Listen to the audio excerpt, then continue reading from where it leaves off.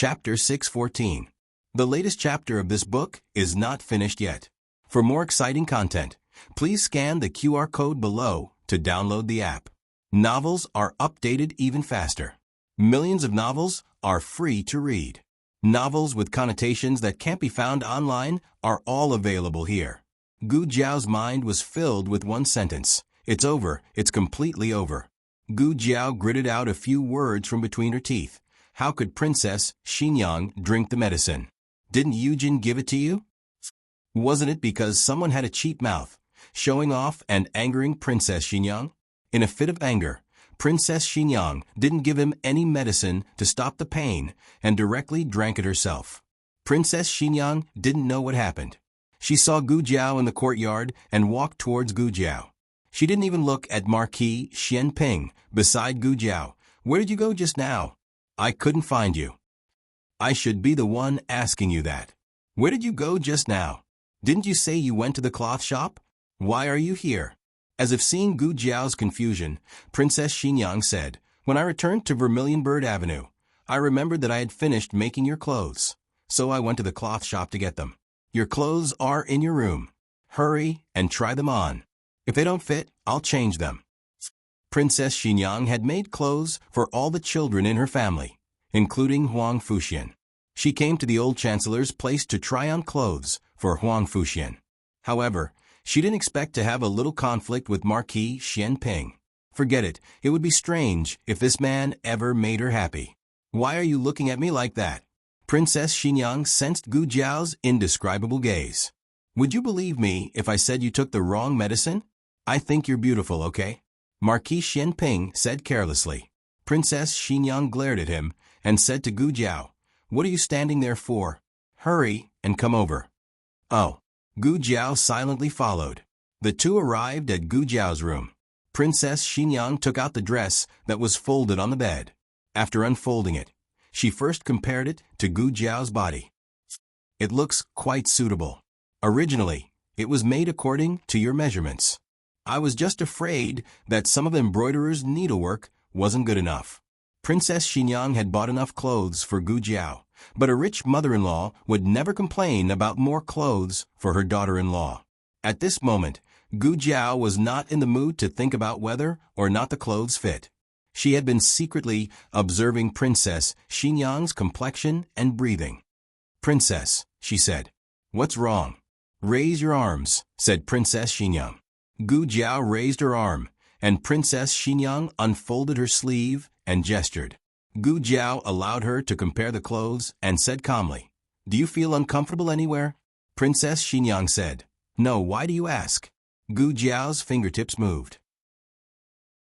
It's the one you just ate. Before Gu Jiao could finish speaking, Xiao Heng returned from Hanlin Academy. He came to Gu Jiao's door and saw the two of them. He hurriedly greeted them. Mother, Jiao Jiao, you're back. Princess Xinyang glanced at him. Hurry and try on your clothes. There were clothes again. Xiao Heng's mouth twitched. Okay. Sure enough, it was the same as when he was a child.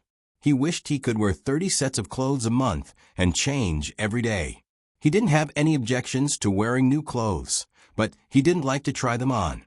But his mother had spoken, so he couldn't do anything about it. Okay, try it on yourself. Princess Xinyang handed the clothes to Gu Jiao. Where are you going? Asked Gu Jiao. Princess Xinyang sneered. I'm not going. I'm going to ask Lu Quan if the horse I gave him a few days ago is still working.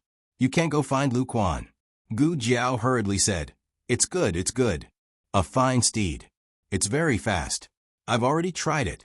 How about, Princess, you go sit in a study? Princess Xinyang looked at Gu Jiao strangely. She felt that Gu Jiao's reaction was a bit strange, but she didn't take it to heart. Got it. She went to the study. Gu Jiao put down the clothes and went to Xiao Heng's room. Xiao Heng was unbuckling his belt. Her sudden entrance gave him a fright. Gu Jiao looked at his loose belt and calmly said, Husband, something happened. Xiao Heng tightened his grip on his belt. Why am I not satisfied with your reaction? He cleared his throat and sternly said, You turn around first. Oh. Gu Jiao turned around and muttered, It's like no one has seen it before. What did you say? Nothing. She was determined not to admit that she had seen him naked when she was drunk. Xiao Hung tidied up his clothes and placed the clothes he had changed out of on a shelf at the side. He asked, "What happened?" "That's enough." Gu Jiao turned around and told him about the medicine. Most people's first reaction to this was either, "Oh my God, luckily Jing Kong didn't drink it," or "Princess Xinyang is too unlucky. How could she drink it?" However, Xiao Hung looked at Gu Jiao with a puzzled expression. "Why do you have this medicine?" "Gu Jiao, would you believe me if I said it was the medicine box that gave it to me?" "Xiao Hung, it would be strange if I believed you." Xiao Hung looked at Gu Jiao with a complicated expression. She said that he would wait for her to grow up, but in the end, she couldn't help but drug him first. "Gu Jiao, can your focus be any more skewed?" "Then what do we do now?" Xiao Hung asked. They could talk about the drug later.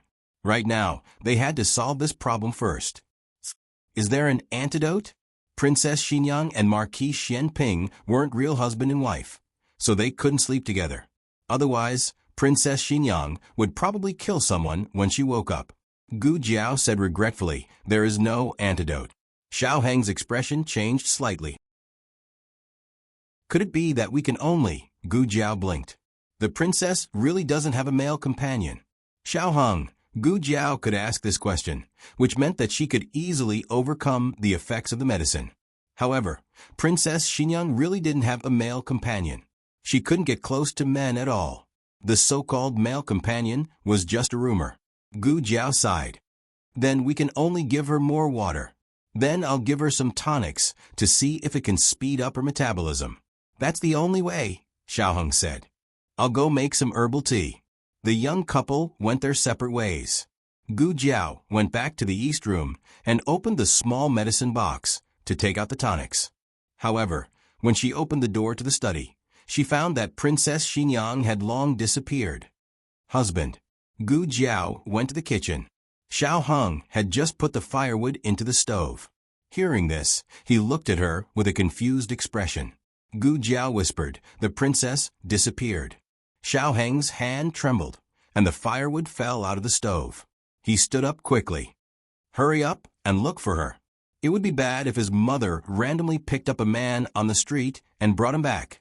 As soon as Xiao Heng left the kitchen, Gu Jiao pulled on his sleeve and pointed to the backyard next door. It seems that there's no need to look. In the backyard, Marquis Xianping was lying in a wheelchair, basking in the sun. He was bored to death, but what could he do? He sighed again and again. Suddenly, a figure with a murderous aura came to his wheelchair. The owner of the figure reached out a hand that was as delicate as jade and slowly grabbed his collar. Marquis Xianping felt his throat tighten. The next second, he was pushed back by a strong force, and even his wheelchair was pushed to the ground. Marquis Xianping couldn't turn his head and could only look at the shadow on the ground. He frowned and said, "Qin Fengwan? Qin Fengwan, what are you doing?" Princess Xinyang didn't say anything. She just grabbed his collar and dragged him from the ground to his room, as if she was dragging a sack. Marquis Xianping was confused. "What's going on? Is Qin Fengwan crazy? Didn't I just say a few words in the afternoon? Does she have to be so angry? But then again, when did Qin Fengwan become so strong? That wasn't the main point. The main point was that it was embarrassing for a man like him to be dragged by a woman like this, okay? "Qin Fengwan, let go of me," he said coldly. Not only did Princess Xinyang not let him go, she even dragged him up the steps with a duang, duang, duang. Marquis Xianping, who had a big hole in his pants, was speechless. The world's #1 martial marquis, who was decisive in killing, was dragged into the room by the possessed Princess Xinyang without any resistance. Marquis Xianping frowned. "Why do I feel that something is wrong?" Bang! Princess Xinyang closed the door. Marquis Xianping narrowed his eyes. Is she trying to murder her husband? Princess Xinyang leaned against the door. The room was dimly lit, and her face was shrouded in shadows. Marquis Xianping couldn't see her expression clearly. He only felt that her eyes were especially bright, but also had a strange feeling. Marquis Xianping's eyes moved, and he said mockingly, Qin Fengwan, are you not afraid of men or of me? You actually dare to stay in the same room as me? Don't tell me you're going to kill me? Let me tell you, even if I'm paralyzed to the point that I only have one finger left, you're still not my match. As soon as he finished speaking, Princess Xinyang grabbed him with both hands and threw him onto the bed. Marquis Xianping, who was dumbfounded by the throw, was speechless. Marquis Xianping curled his right lips wickedly. Qin Fengwan, did you take the wrong medicine again? Marquis Xianping closed his eyes and said faintly, Qin Fengwan, I'm injured and can't do it. Marquis Xianping exploded. Qin Fengwan, you beast, the latest chapter of this book isn't finished yet. For more exciting content, please scan the QR code below to download the app. The novel will be updated even faster. Millions of novels will be read for free. Novels with connotations that can't be found online are all available here. https://www.zhbqg.com/89642_8964226/108132442. HTML Genius will remember this website's address in 1 second. www.zhbqg.com Bikuga mobile reading website. zhbqg.com. Chapter 615. The latest chapter of this book is not finished yet. For more exciting content, please scan the QR code below to download the app. Novels are updated even faster. Millions of novels are free to read. Novels with connotations that can't be found online are all available here. In the rear courtyard, Gu Jiao and Xiao Heng, who had witnessed the entire process of Marquis Xianping being dragged into the sack, were speechless. Xiao Heng found a bit of his voice after a while. My mother, is she that powerful? Of course, Princess Xinyang wasn't that powerful. But wasn't she drugged? I'm guessing it's the effect of the drug, Gu Jiao whispered. In her previous life, the organization had a special drug training program. She had tried all kinds of drugs and succeeded in overcoming them. Psychedelic one was the only drug she had never tried. It was said that because the drug was too powerful, it was one of the 3 forbidden drugs in the organization. Xiao Heng broke out in a cold sweat. Then he didn't finish his sentence, but Gu Jiao understood. Gu Jiao said, 1 drop is effective. Xiao Heng broke out in a cold sweat again. Then how much did my mother drink? Gu Jiao silently extended a finger. 2 bottles. Xiao Heng heard the sound of the sky collapsing. He asked in a daze, Then should I worry about my mother or my father? Tonight was destined to be a restless night. In the evening, the color of the sky suddenly changed. Thunder and lightning intersected, strong winds blew, and torrential rain poured down all night. Princess Xinyang woke up with a wave of soreness. Her head hurt, her legs hurt, and her entire body hurt. She didn't come back to her senses for a moment. She still thought she was in the house on Vermilion Bird Avenue. She called out in a daze, Eugen. As soon as she opened her mouth, she felt a burning pain in her throat. Her voice was also unbelievably hoarse. Eugen. She called out again. This time, she was sure it wasn't an illusion. She really was tired and mute. Am I sick? She slowly raised her sore arm and gasped in pain. She wanted to rub her forehead, but she touched something not quite right. She opened her eyes wide to take a look. Beneath him her expression changed, and she rolled down from the body that was too horrible to look at. She grabbed the blanket and covered herself with it.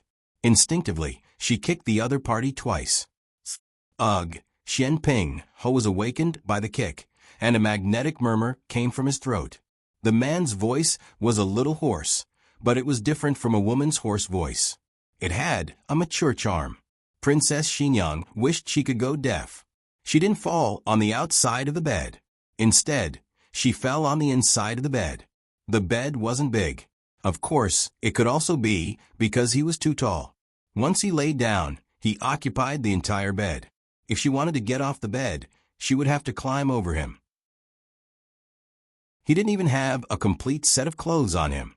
Princess Xinyang took one look and felt suffocated. She hurriedly covered her eyes with a blanket. At this moment, she wished she could go blind. She was calm and collected in everything, but it was very difficult for her to get along with men. Xian Ping Ho was a man after all, and a thick-skinned one at that. After a short moment of dizziness, he woke up. He looked at Princess Xinyang, who was tightly covering herself with the blanket, and his eyes narrowed dangerously. Qin Fengwan, what tricks are you playing now? Why you move aside? Princess Xinyang sat on the corner of the bed and covered her head with the blanket. Xian Ping Ho looked at her with a dark expression. Qin Fengwan, what kind of disdainful tone is that? Do you want me to remind you of what you did to me yesterday? No. Yesterday plus last night? Princess Xinyang's mind started to have an image. Her body gradually froze. Her blanket only covered half of her body, mainly her head. Her legs were still exposed. Xian Ping Ho looked at her and sneered. You remember now? Qin Fengwan, I haven't seen you for many years. Your methods have improved. You purposely had Yujin drug me. When I didn't take it, you snatched it and ate it. You still say you don't have ulterior motives toward me. The two of them weren't fools. It wouldn't be right if they still couldn't tell that there was something wrong with the 2 bottles of medicine. But Princess Xinyang didn't do it on purpose. That medicine was clearly given to her by little Jing Kong to treat leg cramps. How could it have this kind of effect? If she said she didn't know and was innocent now, this man probably wouldn't believe her. After all, she didn't do anything usually, but he already thought she had ulterior motives toward him. Now that she really did something, she wouldn't be able to clear her name even if she jumped into the Yellow River. Xian Ping Ho had an as expected expression. Can't say anything? I knew you did it on purpose. Just how many wrong medicines did you take? This marquis almost lost half of his life. Princess Xinyang's face flushed red. Can a man like you save some face for yourself? Princess Xinyang gave up on arguing with him about the medicine. She couldn't be led by the nose by him. She had to take back the initiative. She composed herself and tried to calm down. Why, you know I took the wrong medicine. So why didn't you push me away? Xian Ping Ho sneered. Qin Fengwan, do you want to see what you did to me? Princess Xinyang slowly pulled down the quilt covering her head, revealing a pair of red and swollen almond-shaped eyes from crying. She looked at Xian Ping Ho's upper body nervously. In the end, she saw that Xian Ping Ho's hands were tied to the head of the bed. Princess Xinyang. Disbelief and panic flashed across her eyes. Xian Ping Ho took in her expression. He shook the rope in his hands and smiled mockingly. I couldn't tell, Qin Fengwan, that you have this kind of fetish. Princess Xinyang wished she could find a hole to hide in. What kind of fetish was she into? I was afraid he would run away, but that wasn't her. She took the wrong medicine and lost all rationality. She didn't know what she was doing. But don't you have? Princess Xinyang only wanted to change the topic. She quickly used any excuse she could think of. But halfway through her question, she saw the plaster pieces all over the ground and the hammer lying on top of them. Very well, the possibility of him using his internal energy to shake off the plaster and sleep with her also died. Princess Xinyang blushed and glanced at him from the corner of her eyes. Why, if you don't do that, I can't, Xian Ping Ho frowned. Qin Fengwan, I'm not a eunuch. This sentence directly hammered this path to death. The princess of Xinyang bit her lip tightly. She still didn't give up and still felt that this matter definitely wasn't her fault alone. Suddenly, some images flashed through her mind. She sat up straight and said seriously, Okay, even if it was my fault at the beginning, but later wasn't it all? Yourself, if you have the ability, don't. She really couldn't bring herself to say the word yourself. Xian Ping Ho was so angry that he laughed and said with a chuckle, Isn't that because your skills aren't good enough? And almost, speaking up to this point, he raised his eyebrows and said without changing his expression, Sit and break. Princess Xinyang was about to explode. Heavens, someone come and sew his mouth shut. The next evening, Gu Jiao and Xiao Heng were called to Vermilion Bird Avenue by Princess Xinyang. Princess Xinyang had already returned to her room, washed up, and dressed neatly as if nothing had happened. But her aura was very cold. Gu Jiao and Xiao Heng both felt a chill on their necks. Xiao Hung took a step forward without leaving a trace and shielded Gu Jiao behind him, bearing his mother's fury alone. Princess Xinyang was furious. Get out. I have something to say to her. Xiao Hung obviously wouldn't leave Gu Jiao under Princess Xinyang's fury. He said, "It has nothing to do with Jiao Jiao. It's me." Princess Xinyang said angrily, "Is it you? Get out." She really wanted to settle the score with these two little things, but now wasn't the time. She had more important things to do. Go. Gu Jiao whispered to Xiao Hung, "She can't beat me." Princess Xinyang. Xiao Hung made an "oh" sound and left. Princess Xinyang was even angrier. She didn't know what she was angry about, but after what happened last night, she didn't like anyone. Close the door.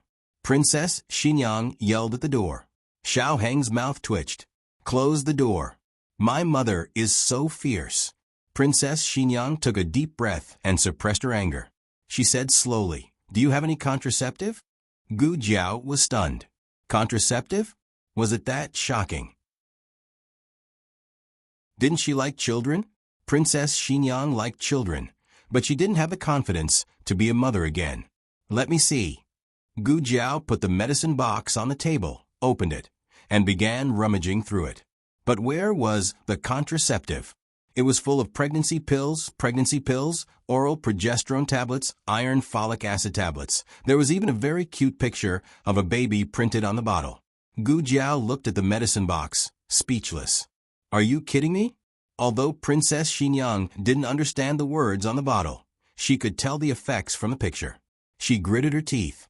Gu Jiao blinked innocently. If I said I didn't prepare these, would you believe me? The latest chapter of this book is not finished yet. For more exciting content, please scan the QR code below to download the app. Novels are updated faster. Millions of novels are free to read. Novels with content that can't be found online are all available here. https://www.zhbqg.com/89642826/1081130093. HTML Genius memorized this website's address in 1 second.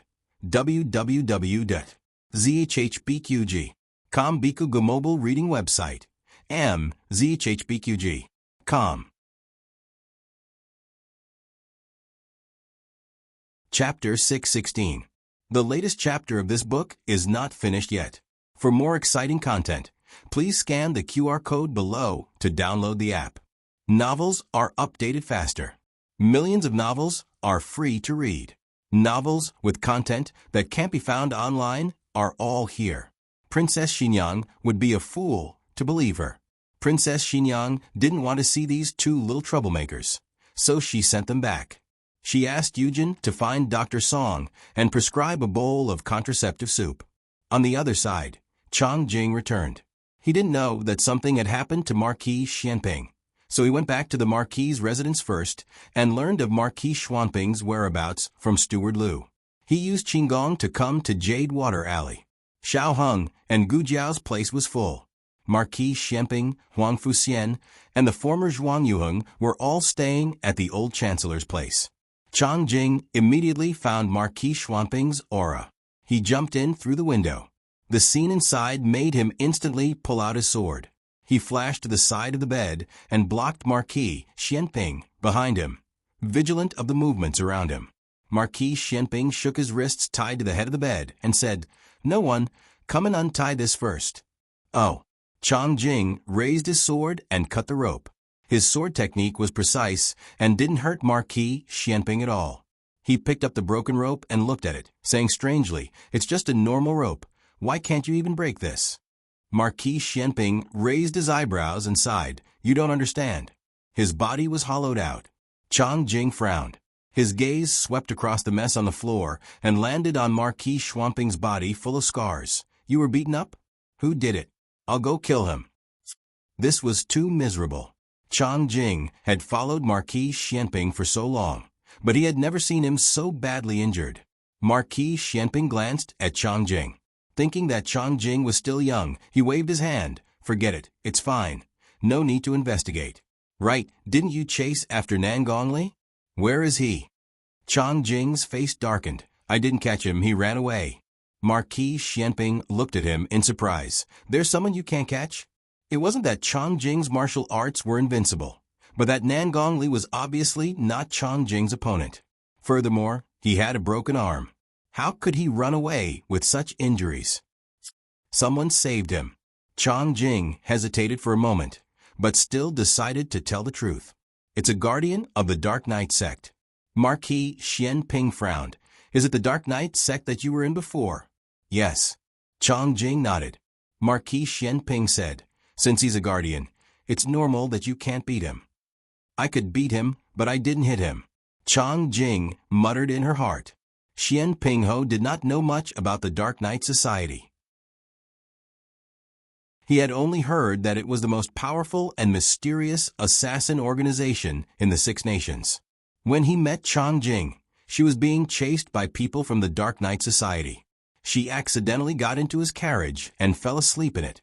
Marquis Xianping thought that he had offended the Dark Knight Society and was being chased by them. Chang Jing said that he was a member of the Dark Knight Society, but he did not want to return to the Dark Knight Society. He saw that Chang Jing had some skills, so he suggested that Chang Jing follow him.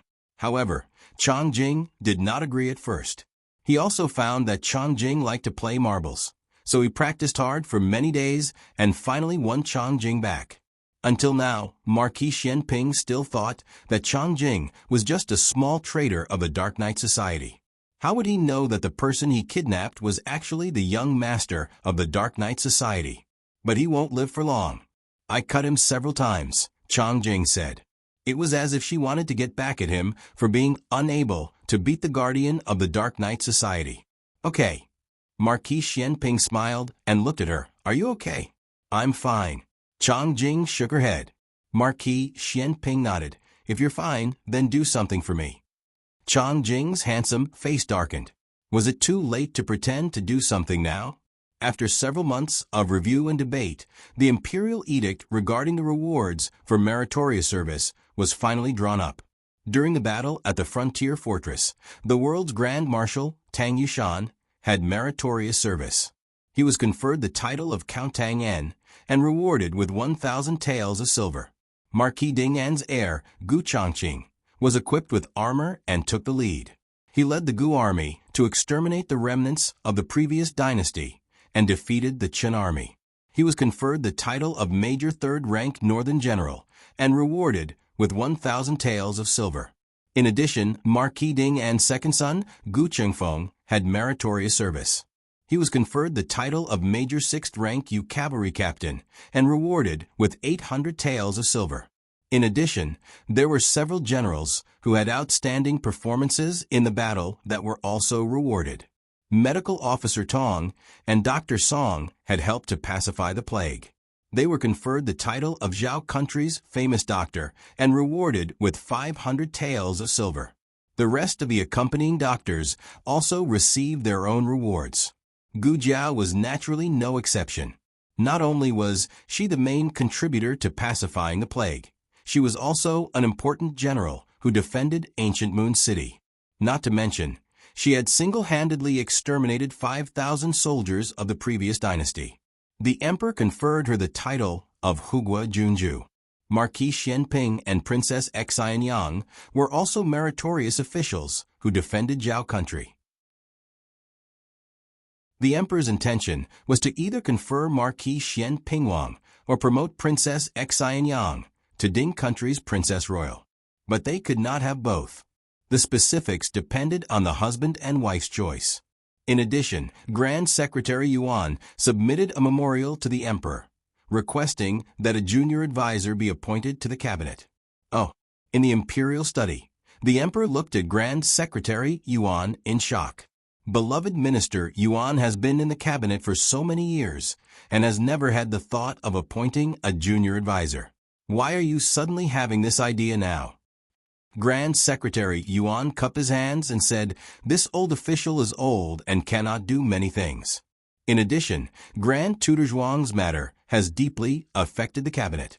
The cabinet is in turmoil, and its power and prestige have been greatly weakened. This old official hopes that someone can revive the cabinet and better serve your majesty and Zhao country's court. These words could be considered to have touched the bottom of the emperor's heart. That old man, Grand Tutor Zhuang, had brought disaster to half of the cabinet. The two secondary assistants were his people. Although they hadn't done anything bad that would cause the cabinet to fall into the hands of these two people, the emperor was not at ease handing the cabinet over to them. The emperor said, "Beloved Minister Yuan's choice of junior advisor is." Grand Secretary Yuan smiled. "Hanlin, Academy's attendant. Ministry of Justice's secretary. Xiao Lulang. Most importantly, he is Xiao Hong. How can we restore this identity for him? He can't keep Xiao Liulang's identity for his entire life." The emperor muttered to himself for a moment. "Allow us to think about it first."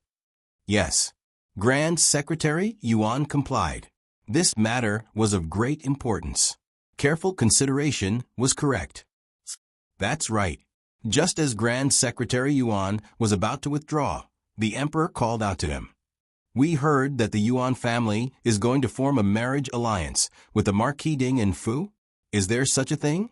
Grand Secretary Yuan said, "There is indeed such a thing. Gu Chongqing and this old official's granddaughter, Yuan Baolin." The emperor was surprised, but after thinking about it, he felt it was appropriate. Chongqing and Baolin are a match made in heaven. Mentioning this, Grand Secretary Yuan smiled helplessly. In reality, it was the two children themselves who agreed. The misunderstanding that Yuan Baolin was not pregnant had long been resolved. To be honest, Grand Secretary Yuan felt that there was no chance for the two of them. They didn't have much passion for each other. He thought that if one of them was unwilling, Grand Secretary Yuan didn't plan on forcing the two to marry. Who would have thought that the two of them would suddenly agree one day? It was as if they had discussed it beforehand. This made it difficult for Grand Secretary Yuan to refuse. The auspicious date for the Board of Astronomy had been calculated. It was the 9th of the 3rd month. Marquis Gu received news that Empress Dowager Zhuang would personally come to inspect the Fu. He got up before the sun rose and tidied himself up. Neatly dressed, he waited at the entrance of the new Fu. He was very excited, because he was going to see Empress Dowager Zhuang. It had to be known that with his official position, he didn't even attend court much less see the Empress Dowager, who had the power to overturn the court. How could he know that not only had he seen her, he had also mocked and ridiculed her? The second reason for his excitement was that he was finally going to see the mysterious owner of this Fu. This Fu was built according to the specifications of a Princess Fu. At first, he thought it was built for Zhuang Yueshi. Later, he thought it was built for Princess Ning, and who had returned from the frontier fortress. But the Yuan family had been exiled. Princess Ning was fake. So who was the owner of this Fu? It couldn't be that little remnant Huang Fuxian, right? No, there was no news of Huang Fuxian returning to the capital in the early stages of construction. Who is it? Marquis Gu was so curious that his heart felt like it was being scratched by a cat. Marquis. Huang Zhong rushed over. The Empress Dowager's guards of honor are here. Prepare to welcome the Empress Dowager. Marquis Gu adjusted the black gauze hat on his head and flicked his wide sleeves. Together with the officials and the attendants present, he bowed respectfully. The Empress Dowager's guards of honor majestically stopped in front of the magnificent Fu. Marquis Gu loudly said, "Welcome, Empress Dowager. Long live the Empress Dowager." Everyone followed suit and bowed. "Welcome, Empress Dowager. Long live the Empress Dowager." Eunuch Qin got off the carriage first and lifted the curtain for Empress Dowager Zhuang. Empress Dowager Zhuang got off the carriage with a young girl in green. Marquis Gu's gaze fell on the young girl's green dress and white embroidered shoes. He thought to himself, is this the owner of the Fu? Sure enough, her bearing is extraordinary. When she walks, she is more heroic and noble than ordinary women. Come and see your Fu, Empress Dowager Zhuang said. Okay, the young girl responded. Marquis Gu frowned. Why does this voice sound a little familiar? Marquis Gu bravely raised his head and glanced at the young girl. He was so shocked that he froze on the spot. Why is it this stinky girl? He looked at the Empress Dowager again. The next second, he knelt down with a plop. It wasn't because of fear, but because of shock. Isn't this the old lady of that girl's family? He had seen her in the countryside. At that time, he felt that she looked familiar. But he and the Empress Dowager had only seen each other a few times, so he didn't dare to recognize her. No one would be able to admit it. How could the Empress Dowager be a foodie old lady from the countryside? Did he say anything disrespectful to the old lady? No, the Empress Dowager? Oh no, I'm too nervous. I can't remember at all. Marquis Gu felt like dying. What on earth did this lass do? Why did she hide the Empress Dowager in her own house? Why didn't she tell him? Would it kill her to tell him? She only knows how to cheat him every day. Marquis Gu clutched his chest. He felt that he was going to have a heart attack. This girl is here to jinx me. She is here to take my life. Marquis Gu felt that he was most likely going to die. He gritted his teeth and closed his eyes. Unexpectedly, Empress Dowager Zhuang didn't even look at him and directly brought Gu Jiao into the fu. Marquis Gu was speechless. Do you like it? In the pavilion, Empress Dowager Zhuang asked Gu Jiao. I like it, Gu Jiao said seriously. She really liked it. There was a house that was built according to clear water alley. There was also a courtyard that was built step by step according to the medical center. In addition, there were pavilions, waterside corridors, a library, a practice room, and a meadow for riding and archery. Empress Dowager Zhuang said, Clear water alley is almost full. Find a day to move in. Aye. Gu Jiao opened her mouth. Empress Dowager Zhuang took in her expression and asked, What's wrong? You can't bear to leave? Gu Jiao clutched her chest. This was her reluctance? When she first left the village, Gu Jiao didn't feel this way. She seemed to be able to feel the complex emotions that she couldn't before. Empress Dowager Zhuang handed the deed to her. Don't worry. You can move when you want. Okay. Gu Jiao agreed. The two wandered around the fu and then took the carriage back. In the carriage, Gu Jiao's heart suddenly twitched. She clutched her chest and frowned. Empress Dowager Zhuang noticed her strangeness and asked worriedly, What's wrong? Gu Jiao pointed to her chest. It hurts. Empress Dowager Zhuang asked strangely, You don't have a heart disease. Why does it hurt? Gu Jiao pondered for a moment and her eyes narrowed. It's not me. It's Yan. Gu Yan's heart disease acted up. It acted up without warning. The teacher was teaching when the students suddenly shouted. The teacher looked up and saw Gu Yan fall to the ground. Gu Shaoshun immediately rushed up and took out the medicine in the teacher's purse to feed him. Gu Yan's heart disease hadn't acted up seriously for half a year. Occasionally he would feel uncomfortable, but taking a pill would immediately help. But this time it didn't seem to work. Gu Jiao quickly ran back to Clear Water Alley. Yao Shi had already fainted from crying. Gu Shaoshun ran out of the central room. Sister, you're back. Gu Yan he. Gu Jiao stared and asked, Where is he? Gu Shaoshun quickly said, In your room. Gu Jiao entered the eastern room. Gu Yan's condition was very bad. His heart stopped again. Everything seemed to have returned to the first time they met at the hot spring villa. He was also like this and might not be saved at any time. Gu Jiao took out the epinephrine and saline from the small medicine box. 1 needle, 2 needles, 3 needles. After 4 injections, Gu Yan's heart finally started to beat again. He slowly opened his eyes and saw Gu Jiao. His empty and dim eyes suddenly seemed to light up. Sister. He had been led astray by little Jing Kong to Jiao Jiao. Only when he was weak, to a certain extent, would he have this behavior. Gu Jiao took off her gloves and touched his forehead. I'm here. Hug me, he said. Gu Jiao gently held him in her arms. Gu Yan breathed in her scent and closed his eyes in peace. He said weakly, I'm not afraid when you're here. I'm leaving.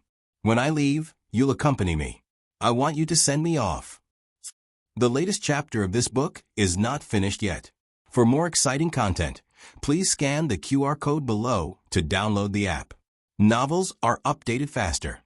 Millions of novels are free to read. Novels that can't be found online are all available here. https://www.zhpqg.com/89642_89642826/108112133. HTML Genius memorized this website's address in 1 second. www.zhpqg.com Biku Go mobile reading website. zhpqg.com. Chapter 617. The latest chapter of this book is not finished yet. For more exciting content, please scan the QR code below to download the app. The novel is more complete and updated faster. Millions of novels are free to read. There are novels with connotations that can't be found on the internet here. Gu Jiao's heart was aching. She couldn't tell whether it was her own feeling or Gu Yan's pain. She was a person who lacked emotional perception. Many of her experiences of this world came from Gu Yan. If she and Gu Yan were compared to a tree, then her branch had already turned into iron.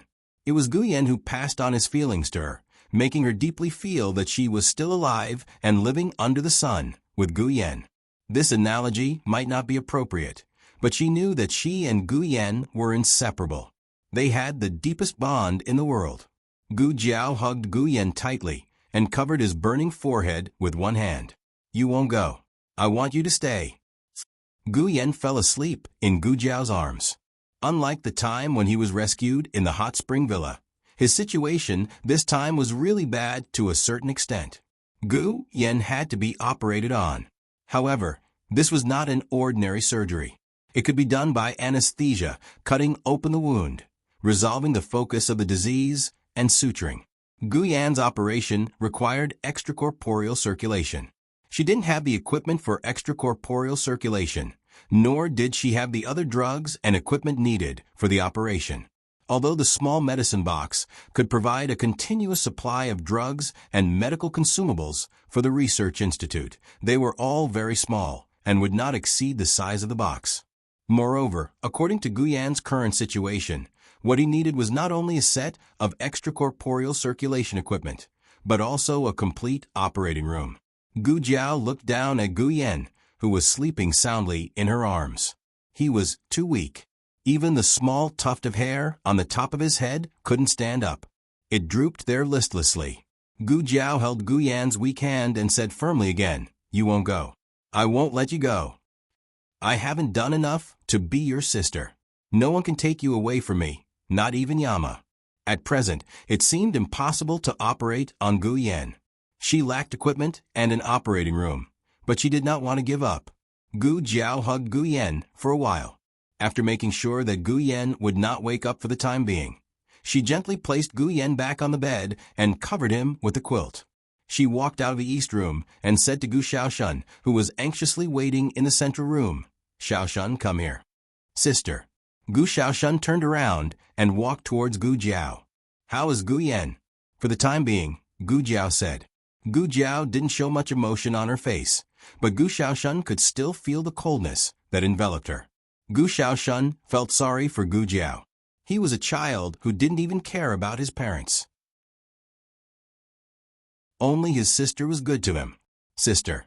Thinking that Gu Jiao would be sad because of Gu Yan, his throat suddenly choked up. Gu Jiao looked at him and asked, "I have something to ask you." Hearing that it was a serious matter, Gu Xiaoshun hurriedly wiped his tears and pulled himself together. "Sister, go ahead." Gu Jiao asked, "Did Gu Yan have any strange behavior before his heart disease broke out?" Gu Xiaoshun scratched his head. "Strange behavior?" Gu Jiao thought for a while and said, "For example, who did he come into contact with? What did he eat?" Gu Yan had been taking medicine, and his heart disease was well controlled. There was still a difference between him and a normal person, but it shouldn't have broken out suddenly. Gu Xiaoshun knew that Gu Yan had a heart disease and would take good care of him in the academy. He would also pay attention to him. He thought carefully. I entered the academy with him. Then we went to class together and studied together. After class, he went to the outhouse. When he came back, he seemed to say that he was a little tired. He usually said that he was tired, but he wasn't really tired. He just didn't want to go to class and wanted to sleep on the table. I thought he would be like that today, but who would have thought he suddenly collapsed while lying on the table? Gu Jiao frowned. Gu Xiaoshun thought of something and suddenly said, I remember now. Gu Yan came back from the outhouse and said, It's bad luck to meet someone who doesn't have eyes. I asked him what happened, and he said it was nothing. Then he patted his clothes and seemed to have fallen. But I saw that he was fine, so I didn't ask any more questions. Someone who doesn't have eyes? Gu Jiao called Shadow Guard A and Shadow Guard B. Did you follow Gu Yan today? Did you know that he fell in the outhouse? The two of them shook their heads. They did follow Gu Yan, but they wouldn't follow him to the outhouse. Shadow Guard A said, We were guarding the courtyard outside the outhouse. If someone wanted to deal with Little Master, we could feel the murderous aura. Gu Jiao said thoughtfully. In other words, Gu Yan was accidentally knocked down by someone? That person didn't have the intention to hurt or kill Gu Yan. But why would he fall ill after being knocked down? His body shouldn't be so weak. Gu Jiao felt that something was wrong. She went back to the room, took away the quilt, and uncovered Gu Yan's clothes. When she was saving Gu Yan, it wasn't obvious. Now that the bruises were exposed, Gu Jiao saw that there was a palm print on Gu Yan's chest. He was hit by someone. We didn't feel any murderous aura. Shadow Guard A looked at the palm print on Gu Yan's body in surprise. Shadow Guard B nodded. To be honest, Gu Yan was like a little tyrant in the academy. Even Gu Qinglin didn't dare to provoke him. If Gu Yan shouted, the two of them would immediately appear. If Gu Yan couldn't shout, then it must be an expert. But if an expert fought, the murderous aura would be too strong. It wouldn't escape their senses. Then there was only one possibility. This person really didn't come to kill Gu Yan. He just accidentally bumped into Gu Yan and conveniently hit Gu Yan. Sister, Mistress Nan is here. Outside the East Room, Gu Xiaoshun interrupted Gu Jiao's thoughts. Today was the day that Gu Xiaoshun and Gu Yan went to Master Lu's house to learn. Usually, if they didn't go, the shadow guards would inform them. But today no one came. Mistress Nan was worried that something might have happened to someone, so she rushed to Jade Water Alley to take a look. Master Lu also came. Master Lu, Mistress Nan. Gu Jiao went to the central room to greet the two. Mistress Nan sensed the unusual atmosphere when she entered the courtyard. She glanced at Gu Xiaoshun, who was secretly wiping his tears, and asked Gu Jiao, Did something happen? Why did Lil Shun, this child, cry? Where's Yen? Something happened. His heart disease acted up. Is it serious? A little. Let me see. Gu Jiao led Mistress Nan and Master Lu into the East Room. They knew that Gu Yan had a heart disease, but after being together for so long, Gu Yan had almost never acted up. They were already about to treat Gu Yan as a normal child. Now, Gu Yan's face was pale and his breath was weak as he laid on the bed. He looked like he could die at any moment. The two of them were heartbroken. Master Lu was shocked. How did it suddenly become like this? He was still fine yesterday. He was hit by a palm. Gu Jiao said. Who? Mistress Nan's eyes were filled with killing intent. Gu Jiao shook her head and came to the bed. I don't know. No one saw who it was. They only left a palm print. Otherwise, he wouldn't even know that he was hit. Palm print? Mistress Nan quickly walked over and untied Gu Yan's clothes. Her eyes darkened when she saw it. 9 Clouds palm. What's 9 Clouds palm? Gu Jiao asked. Mistress Nan said in a low voice. It's the unique skill of Yen country's Nangong family. The power of this palm technique is that it's fine when you're hit, but afterwards, your tendons and veins will gradually break. He controlled his strength and didn't intend to kill him. He just wanted to vent his anger and teach Yen a lesson. Gu Jiao frowned. Nangong family? Could it be Nangong Li? Nangong Li's arm was broken by Changjing. He had been hiding all this time. Could it be that he snuck into Qinghe Academy today? Nan Gong Li didn't know Gu Yan. He must have accidentally bumped into Gu Yan and felt that Gu Yan was blocking the way. So he hit Gu Yan in anger. He seemed to have done it unintentionally, but in reality, it was a heinous crime. Gu Yan didn't provoke him.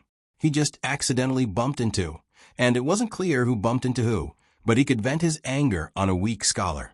Was he still human? Gu Jiao's eyes turned cold. Nan Gong Li, it better not be you. Otherwise, Madame Nan was also furious. Gu Yan was just an innocent child. Which beast of the Nan Gong family dared to hit him? Why would the Nan Gong family come to Zhao country? Master Lu whispered to Madame Nan. How would I know? Madame Nan said angrily. Master Lu choked and didn't say anything. He understood that Nan Xiang wasn't targeting him. Nan Xiang was just too angry. To be honest, he was also angry. No matter who in the Nan Gong family did it, this kind of behavior was more hateful than revenge with a purpose. This was simply disregard for human life. It was inhumane. Madame Nan looked at the weak Gu Yan and closed her eyes worriedly. She could detoxify the poison, but she couldn't cure it. Jiao Jiao, can you cure Yan? She looked at Gu Jiao expectantly. In fact, she also understood that this hope was very slim. If it could be cured, Gu Jiao wouldn't have this expression. Let me think about it first. Gu Jiao went to the study room. Madame Nan didn't dare to leave. She stayed in the east room to watch over Gu Yan. When night fell, the family members came back to buy Shui Ali one after another. Soon after, everyone knew that Gu Yan's condition had worsened. Madame Yao cried her heart out. Even Gu Xiaobao, who never cried or made a fuss, pursed his lips in grievance. His large eyes were brimming with tears. Empress Dowager Zhuang rushed over from the palace. She only had one request for Gu Yan. It was good that he was alive. But now this request seemed to have become an extravagant hope. She sat at Gu Yan's bedside and suddenly looked much older. Huang Fuxian and little Jing Kong also came to the east room. Huang Fuxian had just moved into Bai Shui Alley. He thought that he was just an outsider. But seeing Gu Yan unconscious, he felt very sad. Little Jing Kong, who was always talkative, stopped talking this time.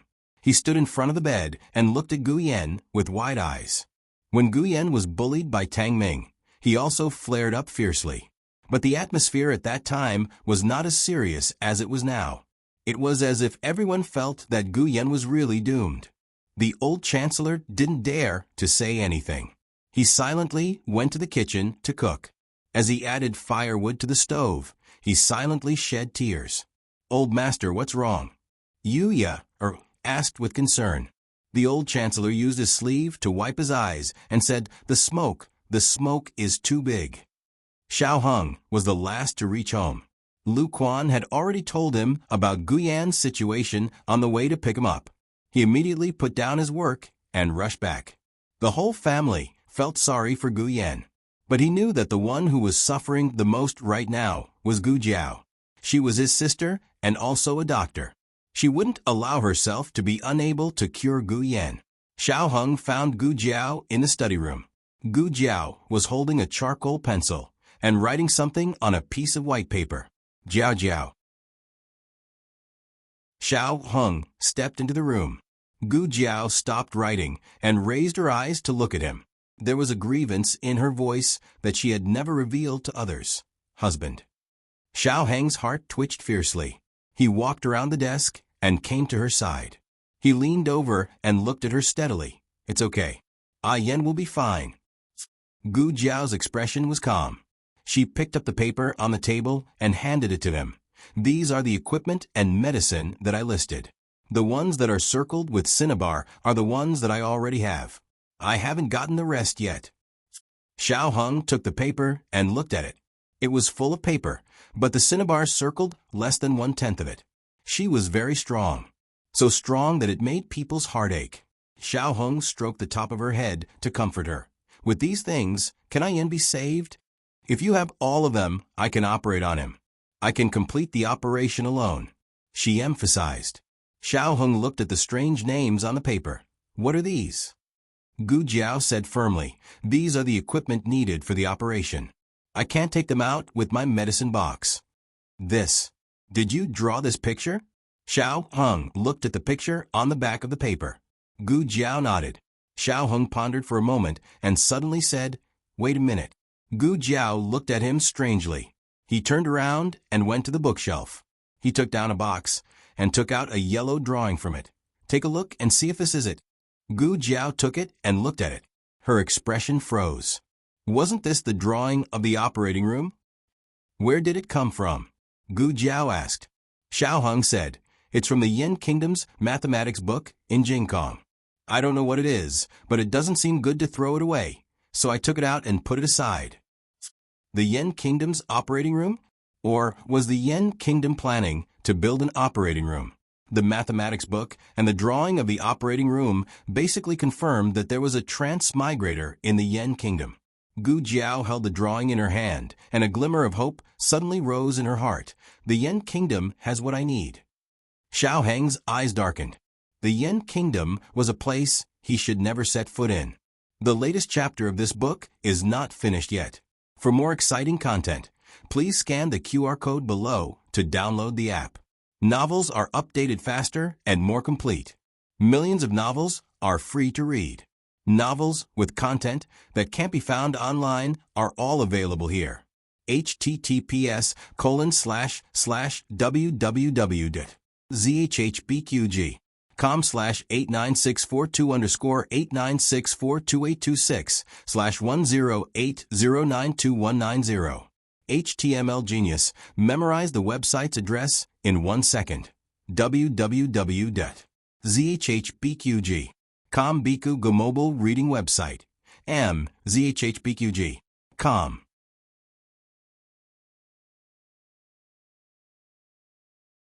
Chapter 618. The latest chapter of this book is not finished yet. For more exciting content, please scan the QR code below to download the app. The novel is more complete and updated faster. Millions of novels are free to read. There are all kinds of novels that can't be found online. Coming out of a study, Xiao Hung went to Marquis Xianping's room next door. Although Marquis Xianping didn't need a new cast, he still had to sit in a wheelchair. He already knew about Gu Yan's situation. Although he didn't know about the operating room, he knew that if even Gu Jiao was helpless, then the only hope in the world to cure Gu Yan was in the Yin Kingdom. Don't even think about it. I don't know. I don't have it. I won't give it to you, even if I have it. Without waiting for Xiao Hung to explain why he came, Marquis Xianping directly refused 3 times. Xiao Hung frowned and looked at him. "Do you know what I'm going to say?" Marquis Xianping leaned back in his chair and looked at him lightly. He raised his eyebrows. "Who was the female slave in the Yin Kingdom who gave birth to you? Did she leave any keepsakes? If so, can I give it to you?" Xiao Hung felt a blow to his soul. He was indeed his biological father. His thoughts were well thought out. "Why? Do you want to go to the Yin Kingdom?" Marquis Xianping pretended to be indifferent. "Do you know that someone in the Yin Kingdom wants to kill you?" Of course, Xiao Hung knew. But this was not a reason for him to retreat. He said, "Only the Yin Kingdom has what Jiao Jiao needs. With those things, Guyan can be cured." It turned out that the girl could be cured, but she lacked the necessary items. "Your wife is quite capable," Marquis Xianping said with pride. That year, Xiao Hung seemed to not know how to address her. He deliberated for a moment and asked, "That person really didn't leave anything behind?" "No. In order to cut off the connection with you, she even cleaned up a strand of her hair," Marquis Xianping said, and realized that his words might be ambiguous. He added, "It's not what you think. She was afraid of being a burden to you. It's not that she didn't want you." Xiao Hung was silent. He didn't doubt that woman's feelings for him. Otherwise, she wouldn't have rather killed Xiao Qing and left the antidote to him. He had Shi Ye's curiosity. What kind of woman was she? How could she kill a newborn baby? Would she be the same as the Nangong clan member who hurt Guyan? Would she be an evil person who didn't care about human lives? But even if she was, he had no right to criticize her. She had sacrificed all her evil to save his life. In the end, Xiaoheng failed to find a way to go to the Yan kingdom. Gu Jiao thought of Gu Chongqing, who said that he would go to the Yan kingdom to find a doctor for her. Gu Chongqing had been living in the underground dojo for the past few days. Every day, he refreshed his ranking. According to his reckless fighting style, he was not far from the top 3. Once they entered the top 3, they would be sent to the Yan kingdom by the underground martial arts arena for the next stage of the competition. It was called a competition, but in fact, it was a way for the Yan kingdom to win over martial arts geniuses from other countries. Gu Jiao called Secret Guard A and told him to immediately find Gu Chongqing. Who would have thought that Secret Guard A would be a step too late? Secret Guard A came back and reported to Gu Jiao. The heir has already left. Gu Jiao asked, where did he go? Secret Guard A said, I heard from the Marquis Fu that the heir went to Jiangnan to find a divine bird as a betrothal gift for the daughter of the Yuan family. In the Zhao country, it was a custom for men to catch wild geese as betrothal gifts for their fiancés. The better the breed of wild geese, the higher the sincerity. The divine bird wasn't a wild geese, but the legendary phoenix.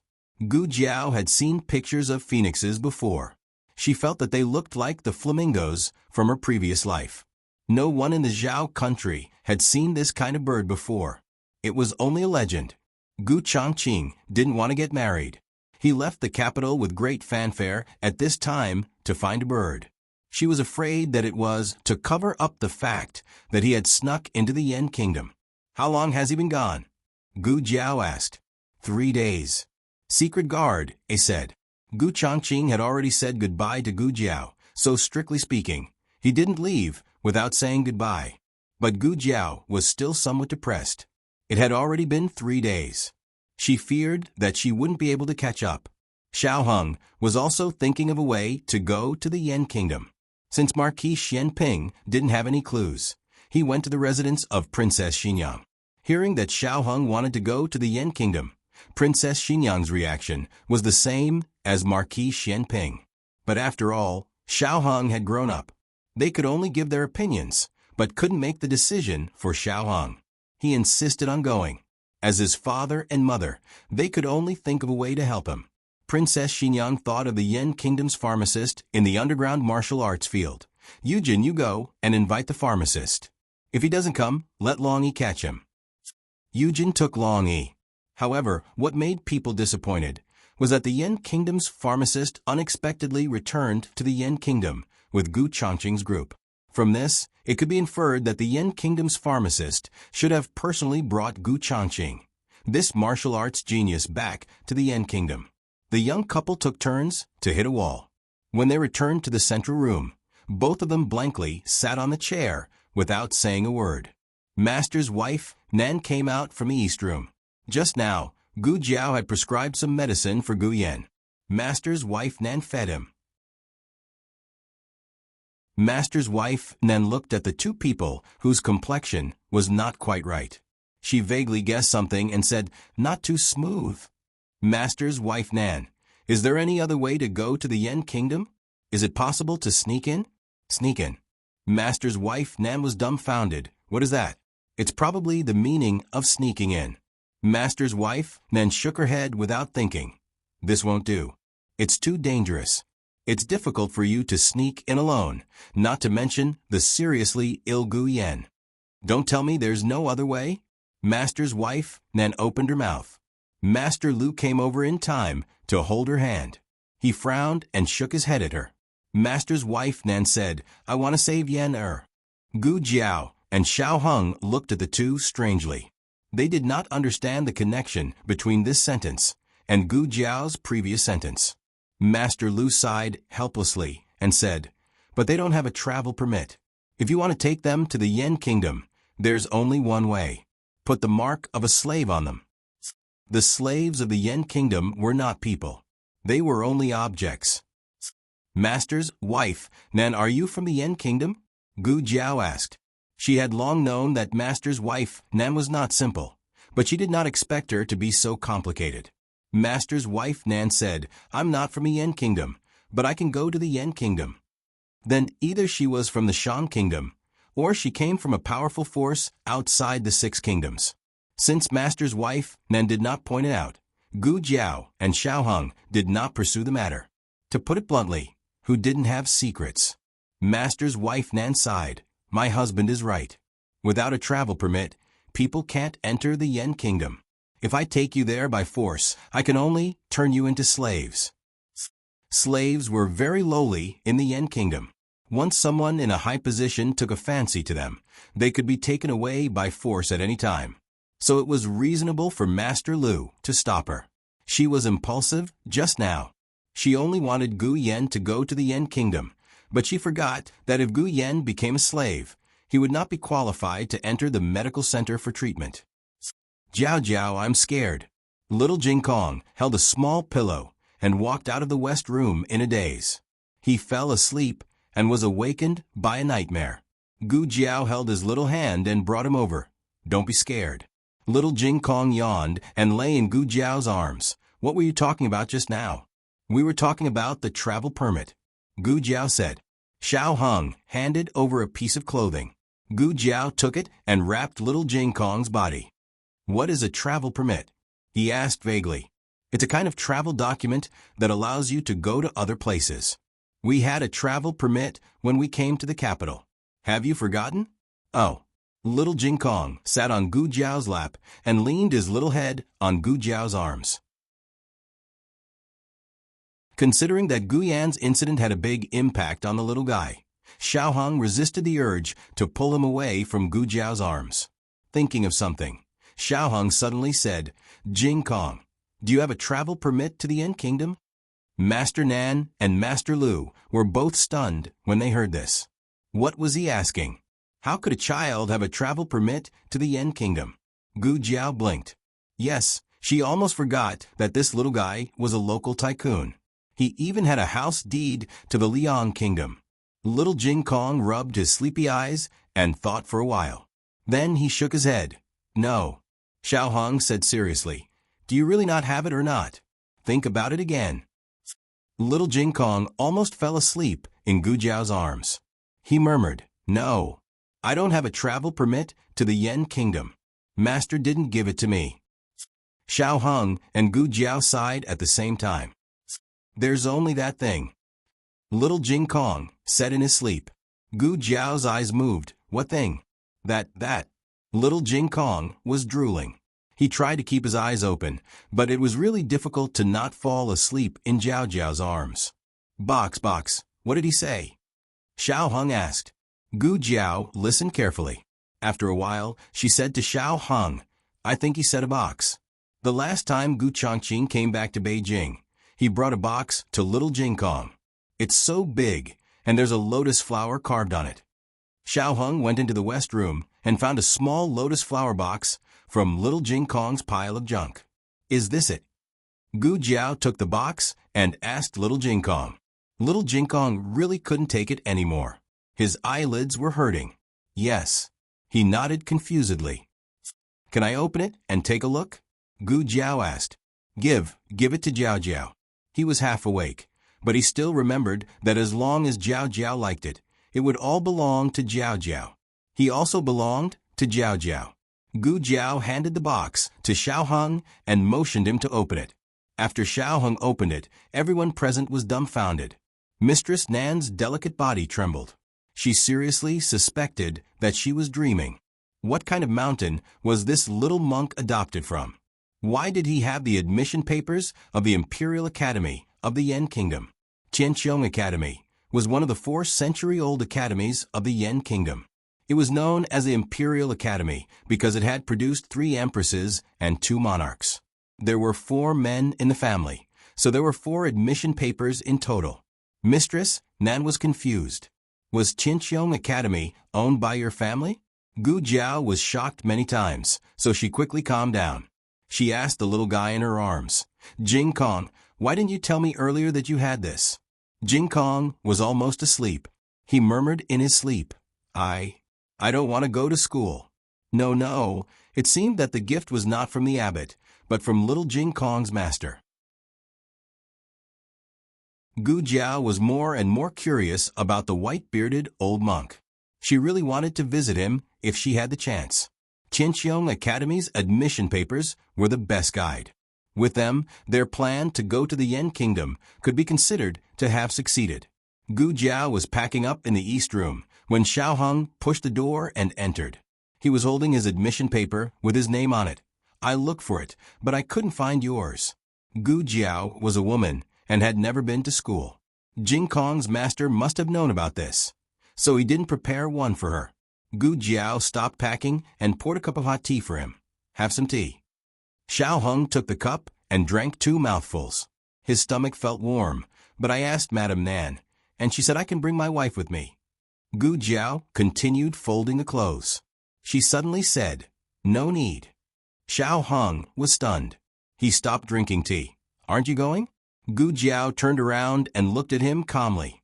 "I'll go, but I don't need you to take me." Xiao Hung frowned in confusion. "Then what are you going to do?" Before he could finish speaking, Xiao Hung suddenly felt a wave of dizziness in his head. The cup in his hand fell, and he fell down. Gu Jiao caught the cup with one hand and held him with the other. Xiao Hung looked at her in a daze.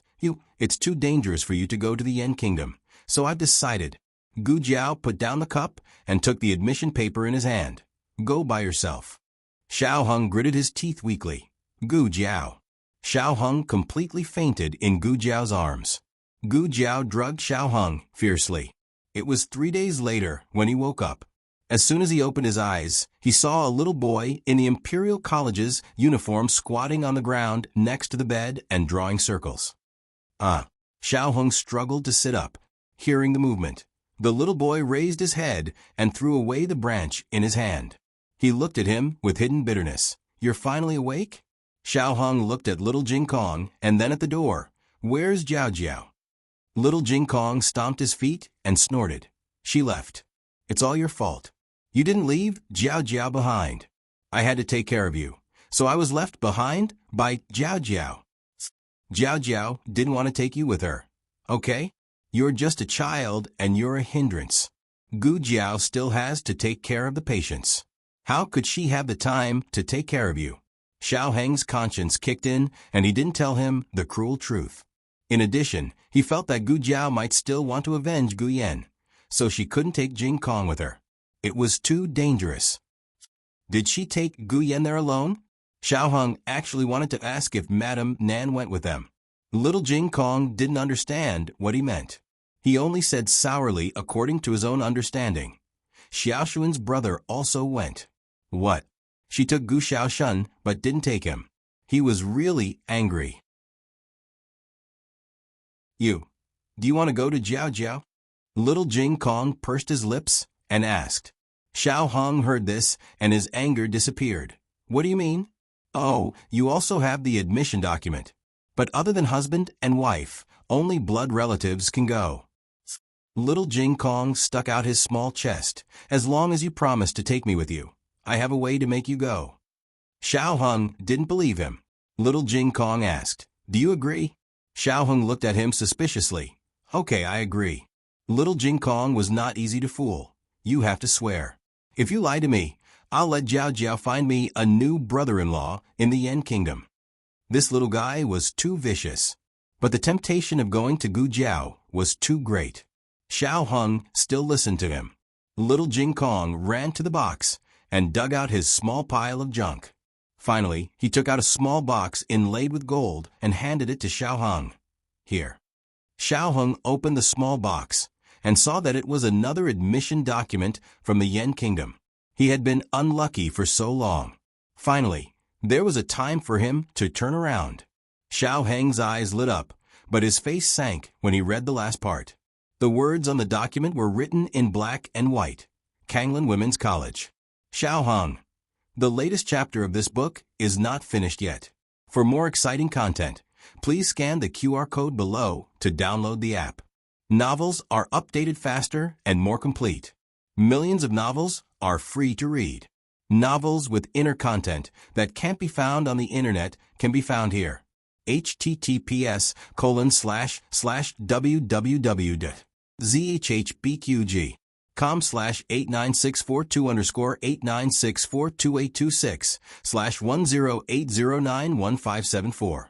HTML genius remembered the website address in 1 second.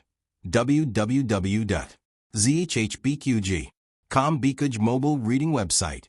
zhhbqg.com.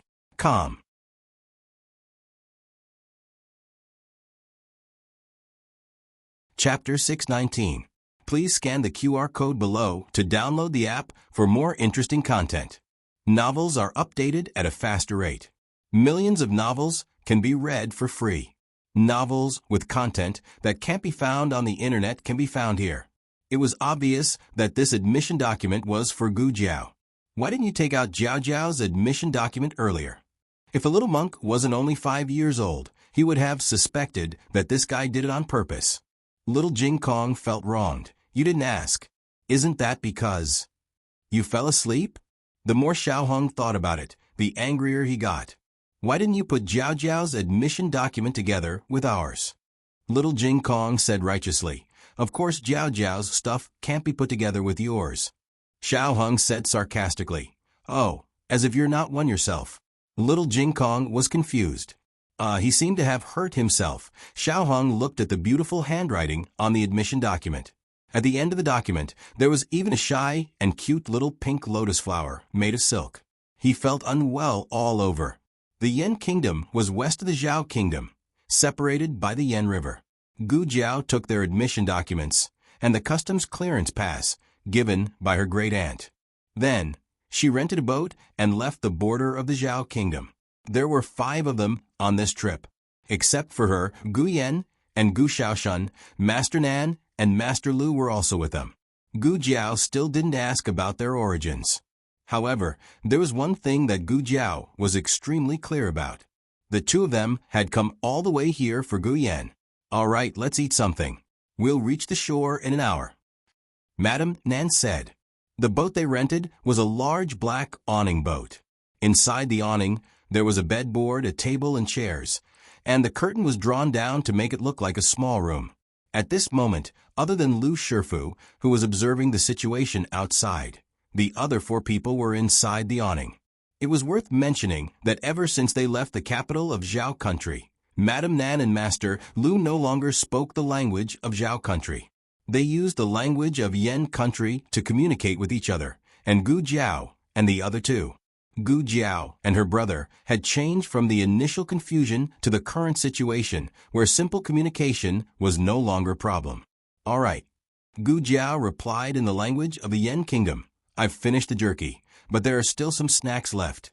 Let's make do with them first. Shaoshun. Yes, sister. Gu Shaoshun replied. Speak the language of the Yan Kingdom, reminded Mistress Nan. Gu Shaoshun scratched his head in embarrassment. Oh, I see. Gu Jiao opened the lunchbox and asked Gu Shaoshun to bring a packet of snacks to Master Lu. Then she put the rest of the snacks on a big plate and put it on the table. She looked at Gu Yan, who was leaning on her back, and asked, How do you feel? Seasick? Gu Yan shook his head slightly. His pale lips moved slightly. I don't feel seasick. Gu Jiao raised her hand and touched his forehead. Ever since Gu Yan was rescued last time, he woke up on the 2nd night in the carriage. But his body was not as good as before. He always had no strength and was extremely weak. Every time Gu Jiao saw Gu Yan like this, she would think of Nan Gong Li, who gave him a slap to vent his anger. That's right, after understanding the other person's appearance and figure from Gu Yan, Gu Jiao could already confirm that the crazy man was Nan Gong Li. Gu Yan only accidentally bumped into him, and he gave Gu Yan a serious injury to vent his anger. Didn't he know that this slap would make Gu Yan lie at home for half a month even if he didn't have a heart attack? What's more, he suddenly sneaked into the academy and caused Gu Yan to bump into him. How could this person be so unreasonable? Well, if he was reasonable, he wouldn't have come to the Zhao Kingdom to assassinate secretly. Gu Jiao fed Gu Yan a piece of snack. When she took the second piece, Gu Yan turned his face away and refused. Drink some water. Gu Jiao didn't force him to eat. Gu Yan drank 2 mouthfuls of warm water and fell asleep on Gu Jiao's back. After they got ashore, they still had to walk some distance on foot. Gu Jiao carried Gu Yan off the boat. Madam Nan led the way in front.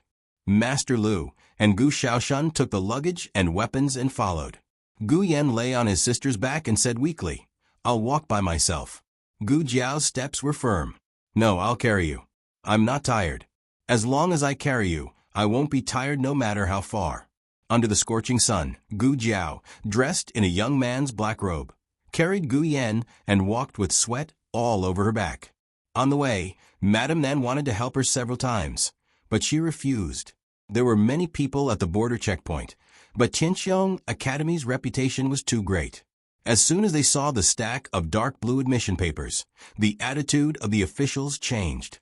They directly went through the procedures for them and gave them a pass to pass through the Yan Kingdom. The group smoothly set foot on the territory of the Yan Kingdom. The local conditions and customs of the Yan Kingdom were very different from those of the Zhao Kingdom. However, they were busy taking care of Gu Yan and didn't have time to enjoy the scenery along the way. After another month of tiring travel, they finally arrived at the last post station near Chengdu in the evening when the sun was setting. Chengdu, the capital of the Yan Kingdom. Gu Jiao and the group used 2 carriages. Usually, Gu Jiao, Gu Xiaoshan, and Master Lu took turns to drive the carriages. After arriving at the post station, Gu Jiao jumped off the horse from the carriage. Madame Nan opened the curtain and got out of the carriage with the help of Master Lu. They had been on the road for 2 months. Right now, it was already the 5th month of the lunar calendar. The weather was hot and they were all soaked. Even the extremely weak Gu Yan was sweating a lot in the carriage. Madame Nan wiped her sweat and said to Gu Jiao, "Sit for a while, I'll go and book a guest room." "I'm not tired," Gu Jiao said. "You child." Madame Nan looked at her sweaty face and took out a clean handkerchief to wipe the sweat on her forehead and neck. Gu Xiaoshan called the servants of the post station and gave them to feed the horses. Then she went to the lobby and asked for 3 guest rooms. The post stations of the Yan Kingdom were generally larger than those of the Zhao Kingdom. The guest rooms were more particular. Of course, the price was also more expensive. The currency of the Yan Kingdom was mainly silver and knife coins. Knife coins were actually copper coins made into the shape of a knife and engraved with the emblem of the Yan Kingdom. A knife coin was worth about 3 copper coins. In the Zhao Kingdom, a steam bun was worth 1 copper coin. In the Yan Kingdom, a steam bun was worth 1 knife coin. It could be seen that the prices of goods in the Yan Kingdom were higher than in the Zhao Kingdom. There were no transnational banks in the 6 kingdoms. Fortunately, gold and silver could be circulated anywhere. After entering the Yan Kingdom, they exchanged the boxes of gold they brought with them for banknotes and deposited them in the largest bank in the Yan Kingdom. The silver was also exchanged for the official silver of the Yan Kingdom. Needless to say, there was a lot of handling fees. Gu Jiao carried Gu Yan to the room on the 2nd floor. Gu Yan and Gu Xiaoshan shared a room. Madame Nan and Master Lu shared a room. Gu Jiao was alone in her room. Gu Yan and Gu Xiaoshuan's room was in the middle. Dinner was placed in Gu Yan and Gu Xiaoshuan's room. The dishes of the Yan Kingdom were different from those of the Zhao Kingdom. They were not spicy. Fortunately, they were not picky eaters. Gu Yan was a picky eater. But now that he was so sick, no one dared to give him spicy food. At the dinner table, Madame Nan said, "We can go to Chengdu tomorrow. You go to the academy to register first. Xiaoshuan's adoptive father and I will find a suitable residence nearby." Gu Jiao had no objection. Madame Nan said again, "Rest early tonight." After dinner, they returned to their rooms. Gu Jiao would check on Gu Yan every night. It was not time yet, so she simply went down to check on the carriages. She would not know if she did not check. But when she checked, she found that one of their carriages was overworked. The wheels and the bottom of the carriage were faintly cracked. If they continued on the road, it would break down halfway. She went to the lobby and asked the post house officer to buy a new carriage. The post house officer said, "Young Master Xiao is so lucky. We happen to have one last carriage at the post house." Gu Jiao was dressed as a teenager.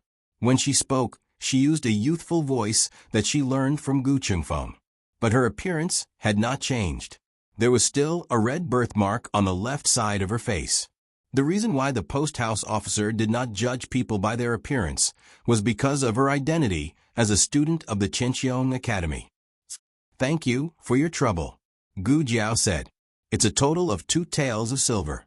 The post house officer said. Gu Jiao took out 2 taels of silver from her purse. The post house officer was about to accept it when suddenly there was a rush of horse hooves outside the door. An imposing carriage stopped at the entrance of the post house. The curtain of the carriage was lifted, and a young girl in pink clothes, wearing a veil, lightly jumped out of the carriage. When the post house officer saw the guard's attire, his whole body froze, and he revealed an extremely excited expression. The young girl in pink held a whip and walked in with light steps. She did not even look at the people around her and said to the post house officer, "Give me a carriage. Pair it with 2 good horses." This.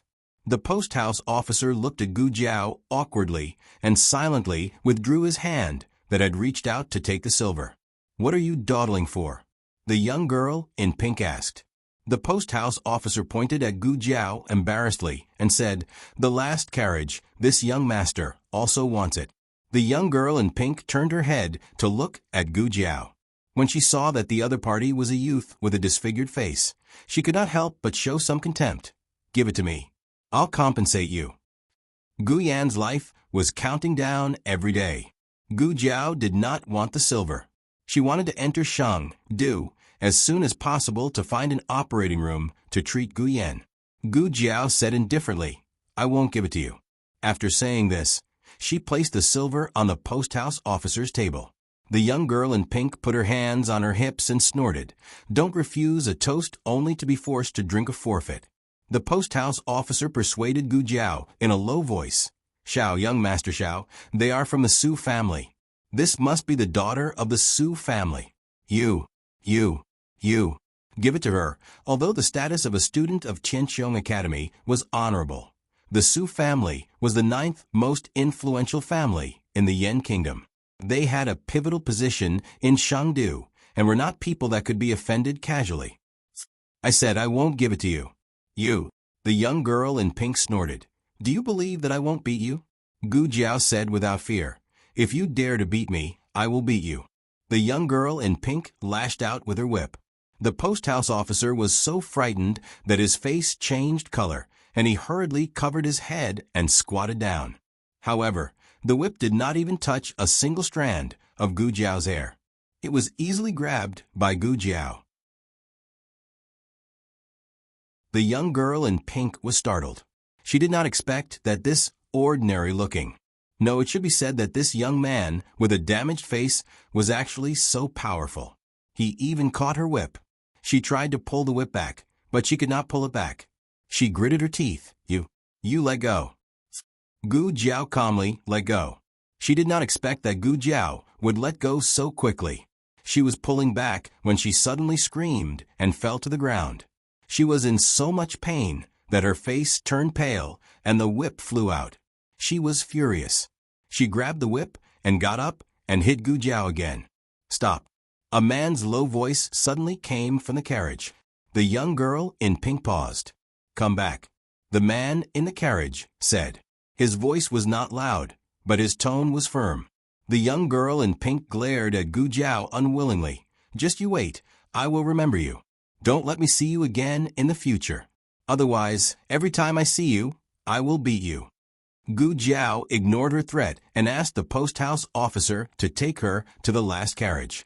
After finishing, Gu Jiao planned to go upstairs. Suddenly, a young man dressed like a scholar waved at her from the other side of the hall. "Brother." "Yes. It's over here."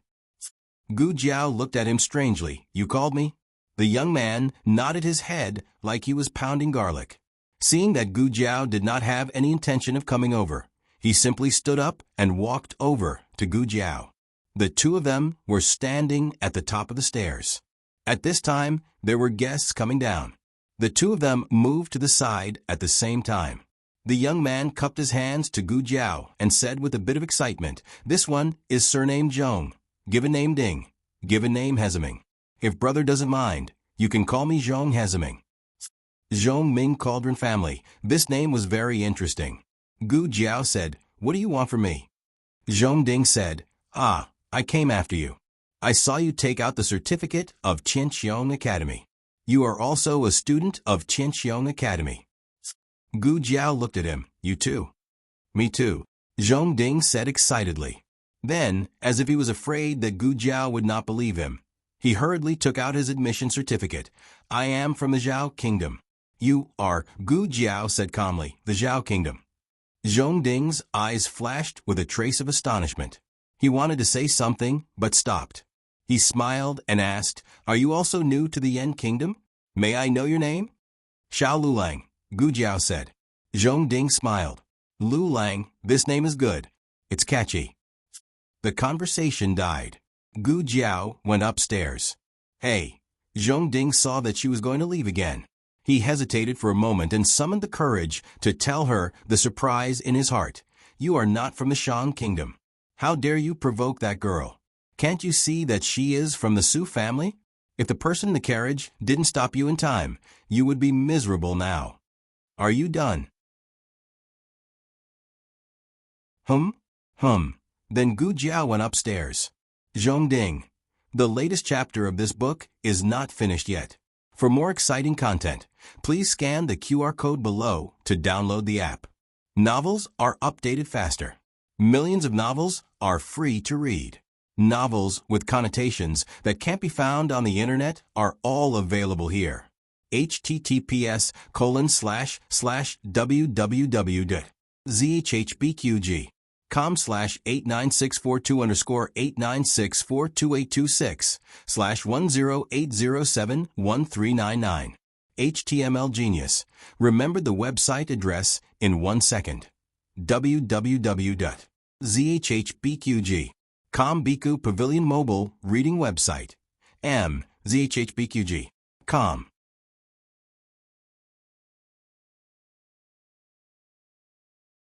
Chapter 620. The latest chapter of this book is not finished yet. For more exciting content, please scan the QR code below to download the app. The novel will be updated even faster. Millions of novels will be read for free. Novels with content that can't be found on the internet are all available here. Gu Jiao went upstairs and returned to her guest room. This small episode didn't affect Gu Jiao much. She waited for Gu Yan to take his pulse and blood pressure. The value didn't deteriorate too much. Then she went to rest. Unexpectedly, there was a sudden situation at the relay station in the middle of the night. A group of thieves came. They had encountered many thieves along the way. They didn't even know how many horse and mountain bandits they had encountered. Gu Jiao wasn't surprised.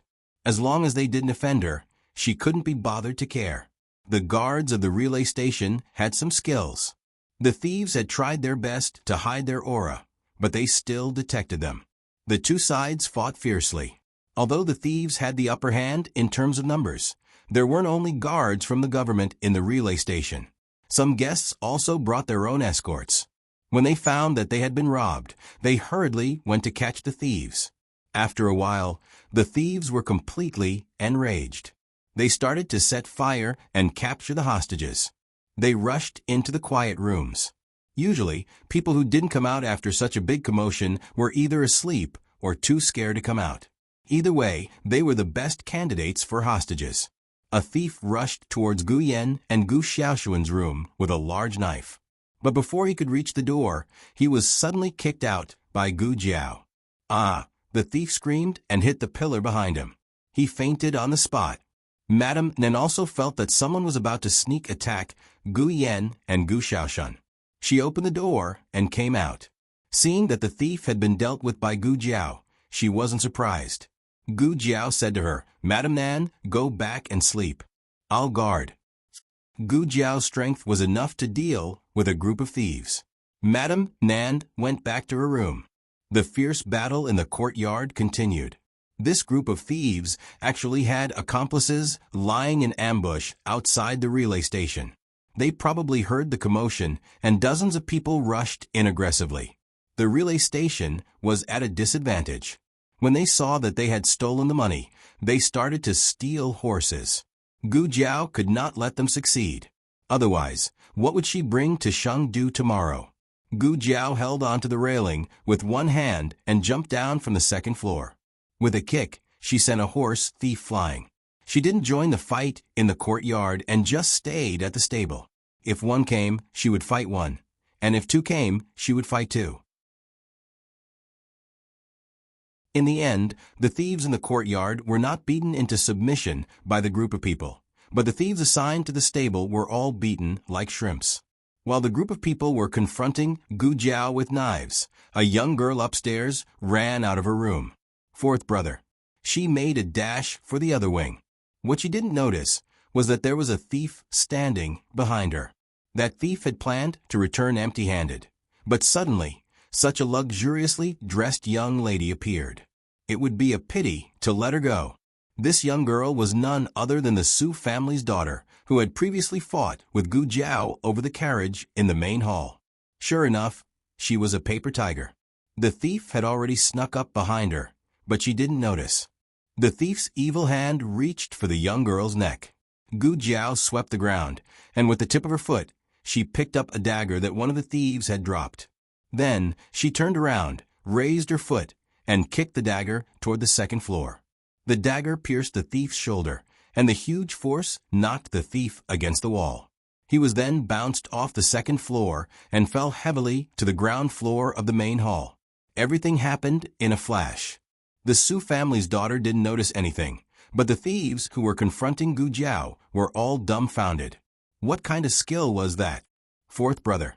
The Su family's daughter came to a wing. Gu Jiao looked and saw that it was the wing next to hers. The door of the wing opened, and a slender hand reached out and caught the Su family's daughter, who had tripped and almost fell. The night was dark, but that hand was as beautiful as a piece of exquisitely carved jade. It was too much for a man's hand to be so beautiful. Tisk. Gu Jiao raised her eyebrows and couldn't look away for a moment. One of the thieves took the opportunity to swing his dagger at her. Gu Jiao kept staring at that hand, and then she stabbed the dagger into the thief's chest. The thief looked at his chest in disbelief. What the hell? All the thieves in the courtyard were eventually caught. Oh no, we forgot about the stable. A guard at the relay station said. The relay station's leader hurriedly led his men to the stable, only to see a bunch of bandits, with bruises all over their faces, tied up. They knelt on the ground with handkerchiefs in their mouths, looking like they wanted to take them away quickly. Everyone. The next day, the weather was fine. Gu Jiao carried Gu Yen onto the carriage. Gu Xiaoshan drove the carriage, and Master Lu drove the other carriage. Gu Jiao didn't pay too much attention to the Su siblings' movements, and she let Gu Xiaoshan set off after putting down the curtains. The journey was smooth, and after about an hour, they entered Chengdu of the Yan Kingdom. Even though Gu Jiao wasn't interested in the cultural landscape, she could clearly feel the atmosphere of the capital of a powerful country. The shops on both sides of the street were arranged in rows, and in the middle of the road, there was a hubbub of voices and endless streams of horses and carriages. Gu Xiaoshan was so shocked that she couldn't close her mouth. Wow, sister, the streets of Chengdu are too wide. How many carriages can walk side by side? Madame Nan's carriage was parallel to theirs. Hearing Gu Xiaoshuan's words, Madame Nan lifted the curtains and smiled. This is only the outer city. The streets will be wider when we enter the inner city. What's the inner city? What's the outer city? Gu Xiaoshan asked in confusion. Madame Nan explained patiently. Chengdu of the Yan Kingdom is divided into the inner and outer city. Most of the people who live in the outer city are merchants and ordinary people, while most of the people who live in the inner city are high officials and noble people. Gu Xiaoshan asked again, then is the academy we're going to in the inner city or the outer city? The outer city. Madame Nan said. Gu Xiaoshan didn't understand again. But aren't there many young masters of aristocratic families who come to the academy? Why not build the academy in the inner city? The land in the outer city is cheap. Gu Jiao said. Madame Nan smiled. That's right. Gu Xiaoshan was stunned. Ah, then we'll have a chance to enter the inner city and have a look. What Madame Nin didn't say was that it wasn't easy to enter the inner city, even with the documents of the Qianxiong Academy. There were 3 impregnable walls in Chengdu of the Yan Kingdom. The first was the outer city wall, the second was the inner city wall, and the third was the palace wall of the imperial palace. The Yan Kingdom was definitely a place with a stricter hierarchy than the Zhao Kingdom. It was easy for people from the inner city to come out, but it was very difficult for people from the outer city to enter. Madame Nan had lived in the Yan Kingdom for many years and had never entered the inner city even once. Although the Qianxiong Academy was located in the outer city, it wasn't far from the inner city. It was a prime location in the outer city. After traveling for more than half an hour, they finally arrived at the back door of the Qianxiong Academy. Madame Nan said apologetically, "I haven't been here for so many years that I almost forgot the way." She wanted to lead the way to the front door, but she led the wrong way. Gu Jiao jumped off the carriage. "It's okay. We'll go through the back door." Madame Nan said, "We'll take Yan to find a house first. We'll come here to pick you up later." Gu Jiao nodded. Okay. The Qianxiong Academy had a servant who was specially in charge of the carriage. Gu Jiao walked over and showed him her and Gu Xiaoshuan's admission documents. Then she took out Xiao Lulang and Gu Xiaoshuan's Zhao Kingdom household registration. After verifying their identities, the servant handed a matching card to Gu Jiao. "Use this to get the carriage later." As he spoke, he looked up and down at Gu Jiao. He was mainly looking at the birthmark on her face. Gu Jiao didn't care at all and asked where the registration place was. The servant said, "It's in the Qingqingtang. Go straight in and turn east at the fork. You'll see it." Gu Jiao took Gu Xiaoshan to the Qingqingtang to register. There were many people who came to register today from different countries. Therefore, the Qianxiong Academy was an international school. After waiting in line for a while, it was Gu Jiao's turn. Gu Jiao handed over her and Gu Xiaoshuan's documents and household registration. They needed to know the language of the Yan Kingdom to study in the Yan Kingdom. But the teacher who taught in the Yan Kingdom didn't need to know the language of the Zhao Kingdom. Therefore, there were 2 sets of household registration. When the teacher saw that they were from the Zhao Kingdom, he looked a little disdainful. When he looked at Gu Jiao's face, he became even more impatient. He had just received a few students from the Jin Kingdom and the Liang Kingdom and was very enthusiastic. Gu Xiaoshan thought that he was very nice. Now that he changed his attitude so quickly, she instantly curled her lips in disappointment. However, when the teacher saw the name on the household registration, his eyes paused slightly. "Which one is Xiao Lulang?" "I am," Gu Jiao said. "How old are you?" 19. "You look like you're only 15 or 16. Gu Jiao, who was indeed only 16, said, "I have a tender face." The teacher looked deeply at Gu Jiao. His lips moved, but no one knew what he was saying. He picked up the seal and stamped the household registration and the document. Then he took the document and returned the household registration to Gu Jiao and Gu Xiaoshan. He took out another document and asked Gu Jiao and Gu Xiaoshan to sign it. This process made Gu Jiao feel like she was reporting to a university in her previous life. After filling it, it was time to pay the tuition fees. 20 taels per person per month, the teacher said casually. Gu Xiaoshan stared at him. Was he robbing her? 20 taels. 10 taels for accommodation, the teacher said again. 1 month. Gu Xiaoshan was petrified. Studying in the Zhao Kingdom for a year was not enough to pay 30 taels. In addition, she had brought Guyan's document and household registration. However, Guyan was sick and she applied for sick leave. The teacher said lightly, 30 taels. She had to pay for sick leave. Gu Jiao said, "What if we don't stay?" The teacher said, "You still have to pay." Gu Jiao checked the rules and regulations of the academy. After making sure that the teacher was not blackmailing them, she paid the money out of her own pocket. 2 people per room, the teacher said, and threw 2 wooden plates with their names on them. There was a key hanging on the wooden plates. Gu Xiaoshan thought that he and Gu Jiao would share a room. However, when he looked carefully, He found that he was in the 17th room and Gu Jiao was in the 27th room. How many rooms were there? Gu Xiaoshun was confused. Can't you arrange for us to stay in the same room? The teacher glanced at Gu Xiaoshun indifferently. No. Gu Jiao said, forget it. We don't need to stay anyway. Sister, it's so expensive. I want to stay here. Let's move back. Gu Xiaoshun had suffered before. 10 taels of silver for a month's accommodation was really painful. He wished that he could live and were in the dormitory. Not only were they not in the same room, but they were also not in the same courtyard. Gu Jiao was in the south courtyard and Gu Xiaoshun was in the east courtyard. Gu Xiaoshun's heart was bleeding. He covered his chest and said, Sister, let's go and see what the dormitory is like. Gu Jiao accompanied Gu Xiaoshun to the east courtyard. The environment is not bad. It's very quiet. Gu Jiao said. Gu Xiaoshun had lived in Qianxiang Academy for a period of time in the county of Zhao country. At that time, he felt that it was much better than the houses in the village. The dormitory in Qianxiang Academy was naturally more luxurious than that of Qianxiang Academy. Not to mention that it was worth the 5 taels of silver. It was also worthy of the reputation of Yan country's Royal Academy. Number 17 is over there.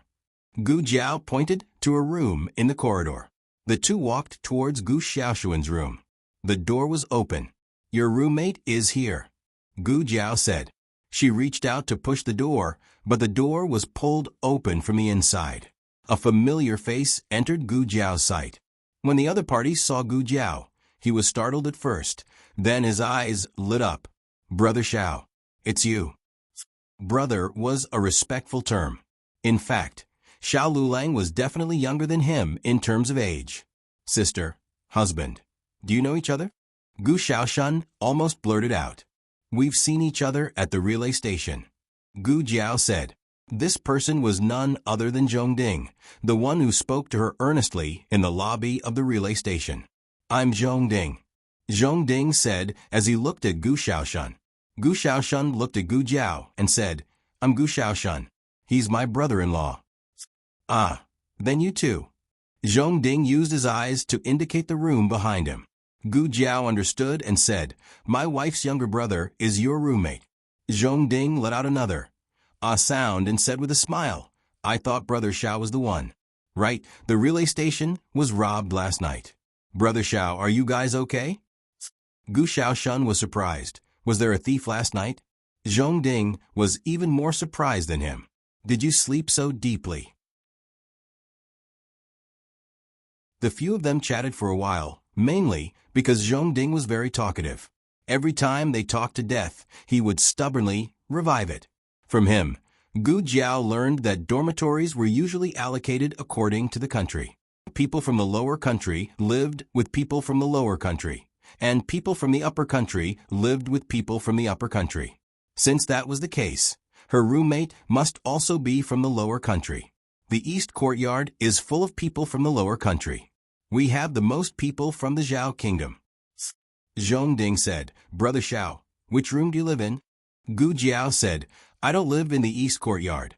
Zhongding said, without hesitation, then it must be the west courtyard. Both the north and south courtyards were for people from the upper country. Digression at a certain academy.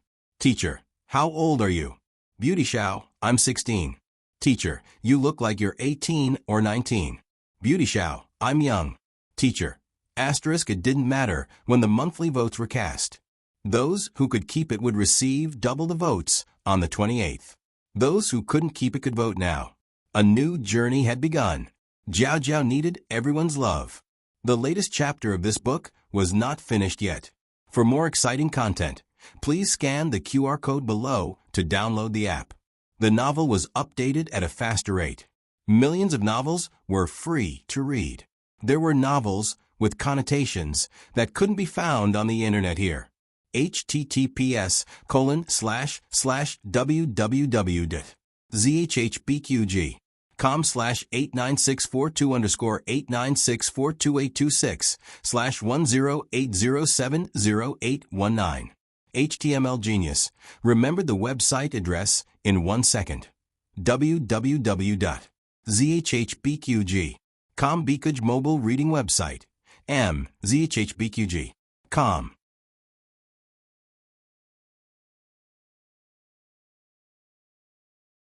Chapter 6:21.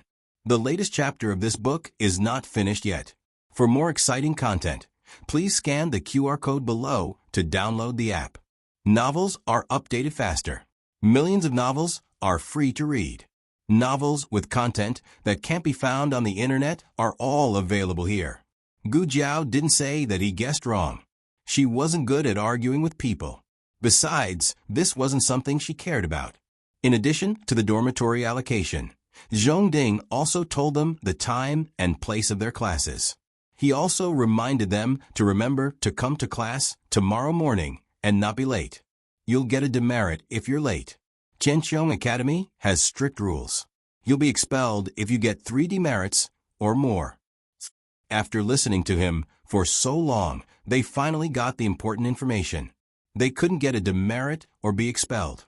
After all, Qianqiong Academy was the only way for Gu Jiao to stay in the Yan Kingdom. After leaving the East Courtyard, Gu Xiaoshun wanted to go to the South Courtyard. Gu Jiao didn't want to go. It's all the same. There's nothing to see. Gu Xiaoshun thought about it. It seemed to be right.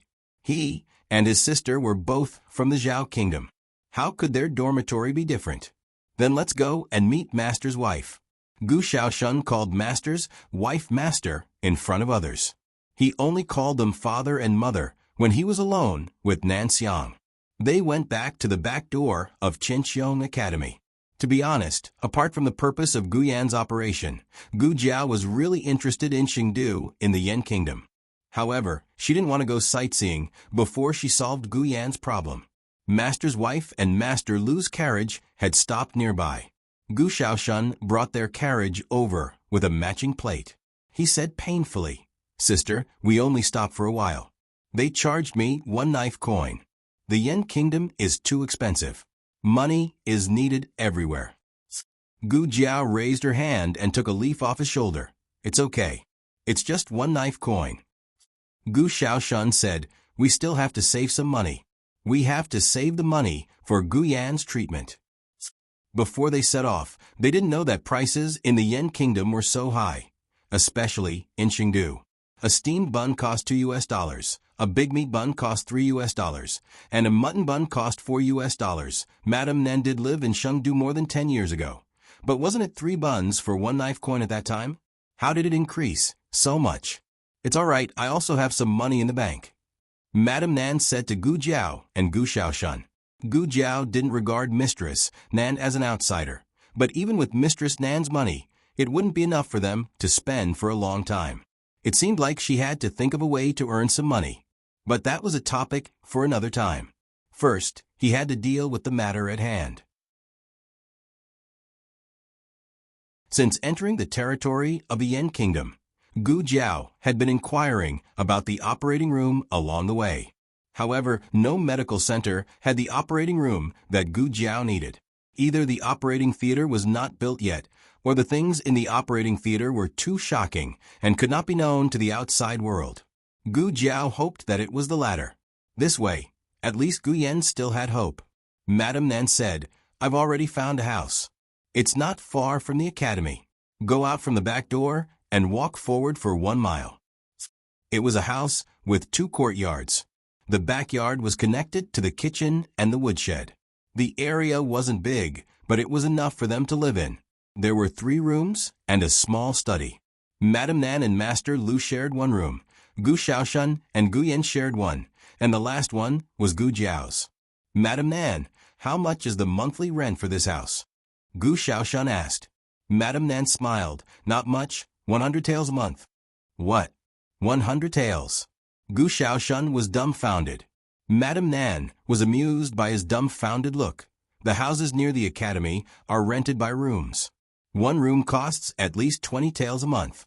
We have 4 rooms, a kitchen, a woodshed, and 2 courtyards.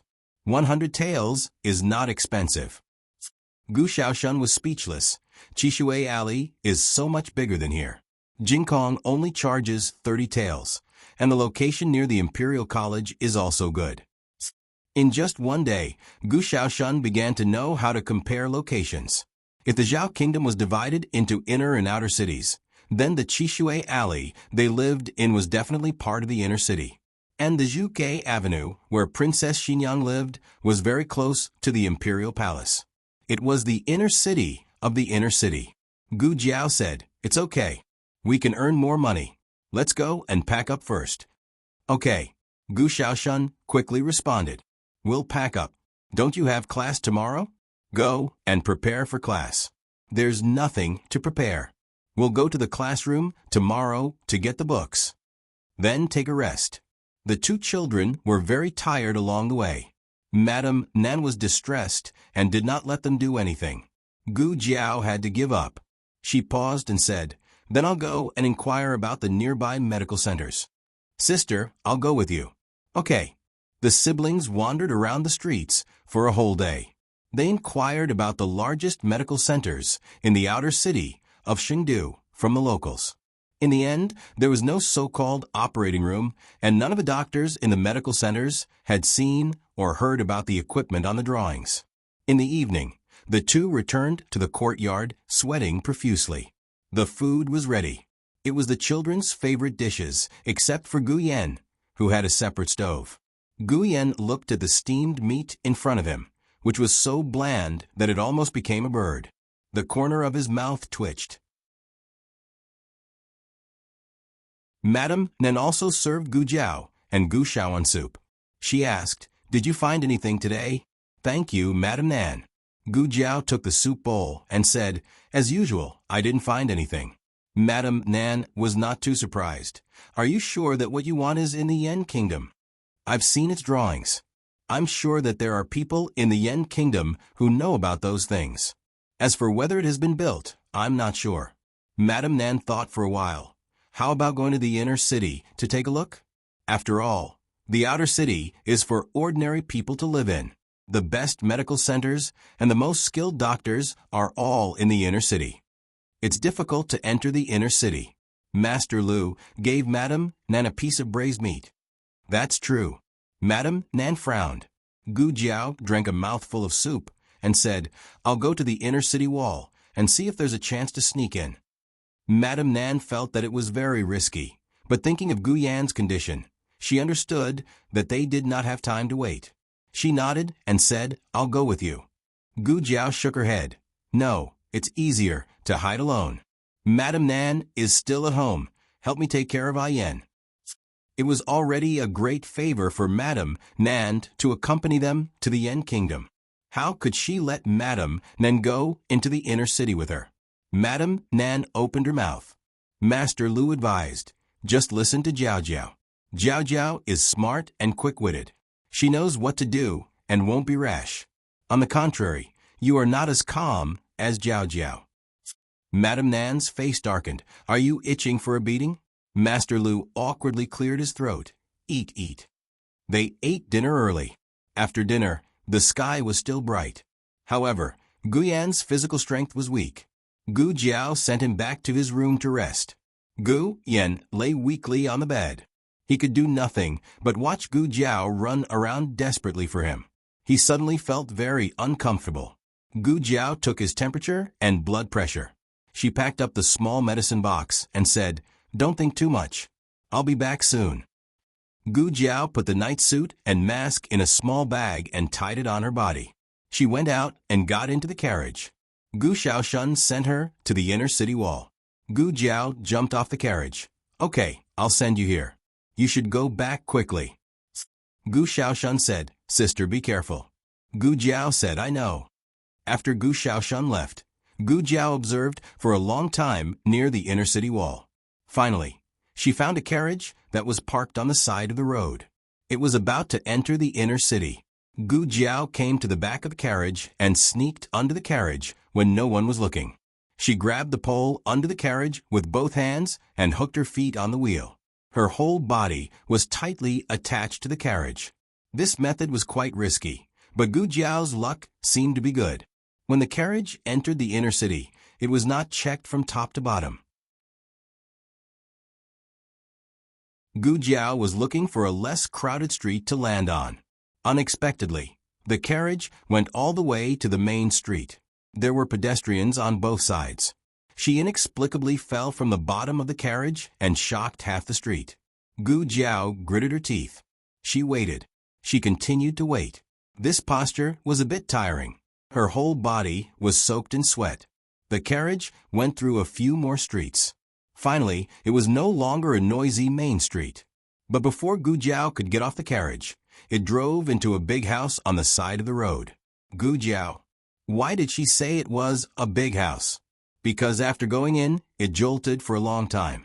Gu Jiao's brain almost scattered from the jolting before the carriage finally stopped. The person in the carriage came down and ordered several servants, "Move everything to the storeroom." "Yes, Master Guan." The servant replied. Gu Jiao patiently waited for the servants to move everything out of the carriage. Only the driver was left unharnessing the horse. Gu Jiao endured the soreness all over her body and silently landed.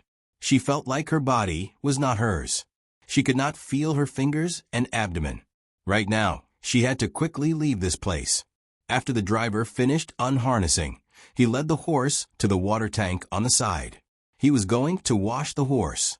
Gu Jiao took advantage of the distraction to leave the stable.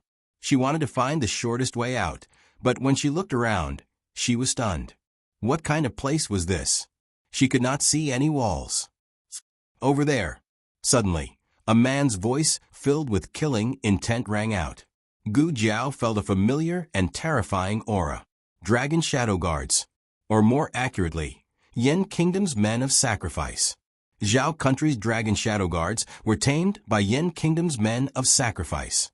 But there was a significant difference between the two. Zhao Country's Dragon Shadow Guards could not speak and could not communicate. They were just tools used by the late emperor to carry out his mission. But not all Yen Kingdom's Men of Sacrifice were like that. Could it be that she had been discovered? Behind her was the stable. Yen Kingdom's Men of Sacrifice were coming from the front and right. Gu Jiao could only escape to the left. Wall. Her eyes lit up. With a tap of her toes, she leaped up and leaped over the city wall with one hand. However, she did not leave the residence. Instead, she entered a small courtyard in the courtyard. This luck. Was she possessed by Xiaohong? Could it be that because she used his name, she was sharing his bad luck as well? Don't forget the things I asked you to prepare. If Madam finds out that you are slacking off, I can't protect you. Sister Lian Xiao, please don't worry. We will not slack off. A few servant girls were about to walk around the corridor towards Gu Jiao's direction. Gu Jiao closed her eyes. She had no choice but to push open the door and enter a room. A warm smell of incense and medicine assailed her nose. Gu Jiao was a doctor. She was sensitive to such smells. There was a patient. You guys, follow me in to take a look. Stop. What are you doing? Madam, it seems that there was an intruder in the residence. We are searching. How did you find this place? Is this a place where you can enter as you wish? Madam, please forgive us. I will go in to take a look. You guys wait outside. Yes. Not long after the conversation ended, Gu Jiao could clearly hear a woman's footsteps heading towards the room she was in. Gu Jiao slapped her forehead. Was she so unlucky? The cabinet was too slow, the bed was too narrow, the tablecloth was too short, and the beam she did not know Qigong. She could not climb the beam. Gu Jiao came to the bed and lifted the curtain. Looking at the unconscious middle-aged man, she said, "Excuse me." She climbed onto the bed. After thinking for a while, she pulled the blanket and got in. In order not to expose herself, she could only try her best to get close to him and stick close to him. The man's figure was thin. He emitted a faint cold and medicinal fragrance. The woman entered the room. Lian Xiao. The woman's tone was not very happy. The servant girl called Lian Xiao hurried over. Madam, where did you go? Why didn't you stay in the room? The woman questioned. Lian Xiao hurriedly said, I went to get the medicine. I just went. Gu Jiao listened carefully to their conversation. She quietly held her breath. The woman gently lifted the curtains. Gu Jiao could feel the woman's gaze directed towards her. The woman said unhappily, "Why did you cover him with such a thick blanket? Gu Jiao, are you serious? Are you going to lift his blanket?" "The doctor ordered it," Lian Xiao said. The woman came to the bedside. She reached her hand into the blanket and touched the man's hand. Gu Jiao also touched the man's other hand with her fingertips without a trace. It was very cold. The blanket was not thick. The woman sighed and put the man's hand back into the blanket. "Nothing strange happened in the courtyard, right?" the woman asked. "No, madam," Lian Xiao said. After that, the woman asked a few more questions about the man's daily life. Lian Xiao's answer was the same as yesterday. There was not much change in her expression. After that, the woman left. "Phew, I was scared to death." Lian Xiao heaved a sigh of relief. She looked like a pitiful girl who was caught skipping work, but managed to get away with it with her wits. The woman ordered Lian Xiao to guard the man well. However, this girl called Lian Xiao sneaked away after guarding for less than half an hour. Gu Jiao lifted the blanket and sat up. Taking a few deep breaths, she got off the bed and covered the man with the blanket. Then she turned and left. In the twilight, the man's fingertips suddenly moved. The latest chapter of this book is not finished yet. For more exciting content, please scan the QR code below to download the app. Novels are updated at a faster rate. Millions of novels are free to read. Novels with content that cannot be found online are all available here. https://www.zhbqg.com/89642_896426/1080525184. HTML Genius memorized this website's address in 1 second. www.zhbqg.com Bikugo mobile reading website. zhbqg.com.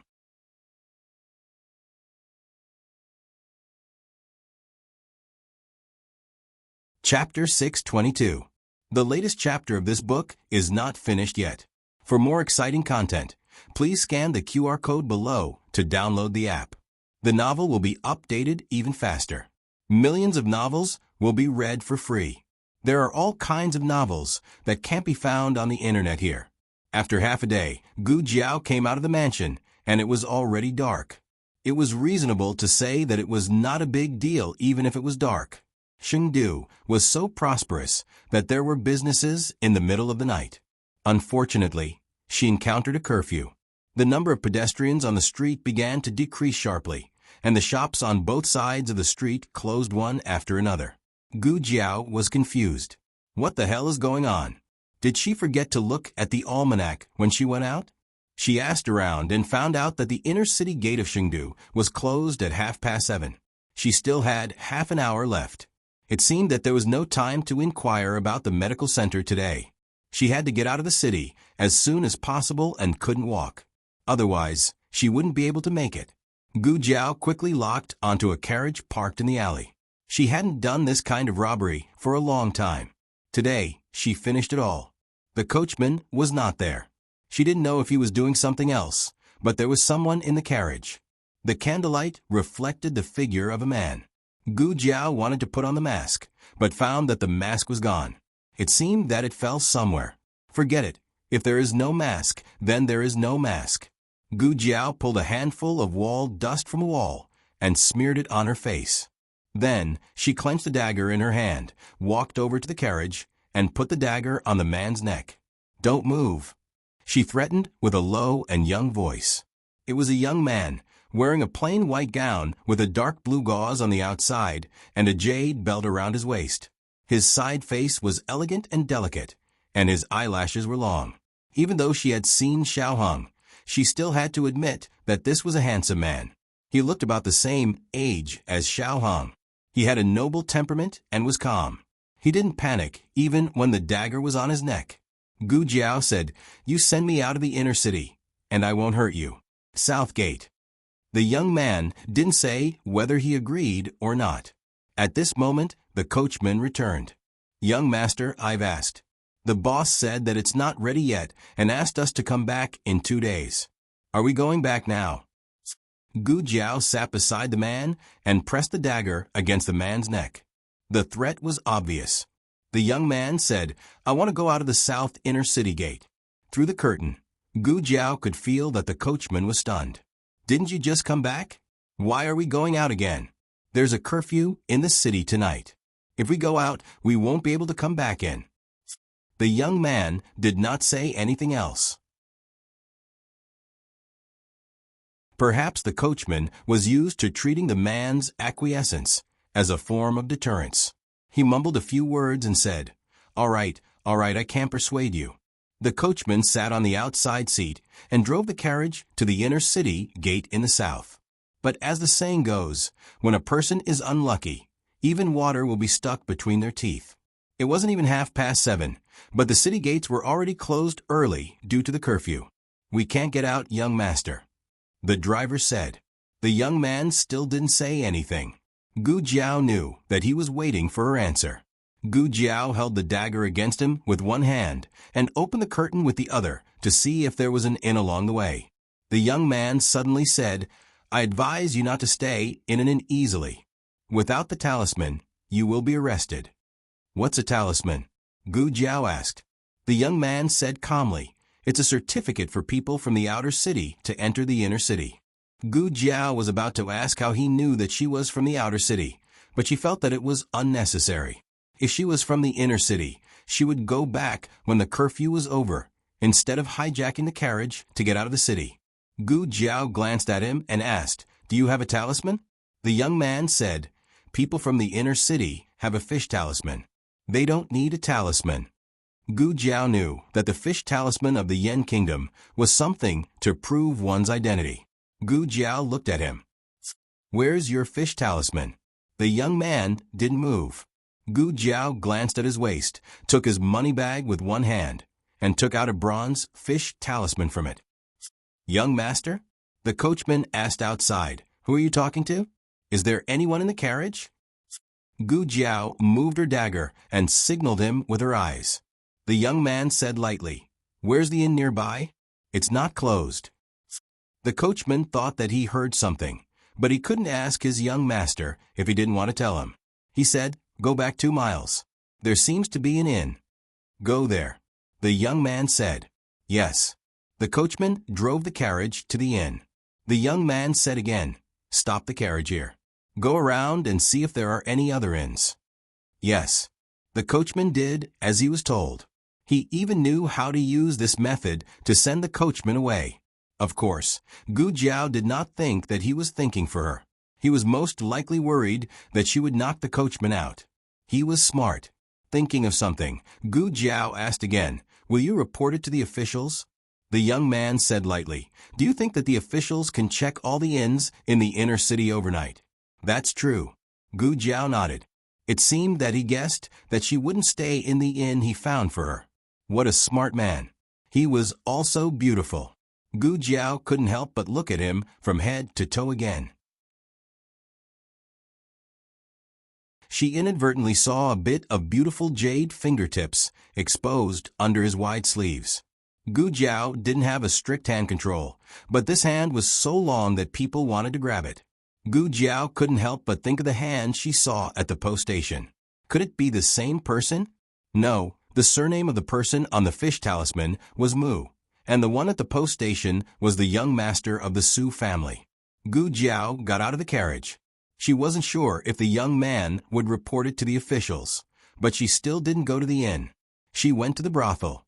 He wouldn't guess that she would spend the night at the brothel, right? Gu Jiao stayed in the inner city for the night. When the city gate opened at dawn, she used the same method to sneak out of the inner city. Mistress Nan didn't sleep for the whole night. She waited in the courtyard for the whole night. Finally, she saw Gu Jiao come back. She relaxed and held Gu Jiao's arm. You scared me. I thought something happened to you. Where did you go last night?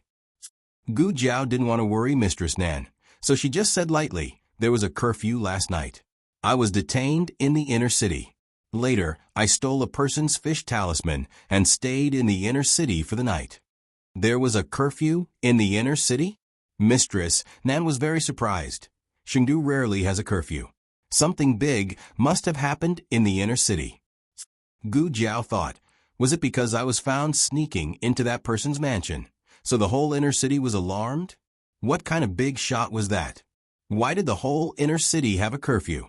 Forget it. No one knew it was her anyway. Mistress Nan said, I didn't tell Xiaoshun.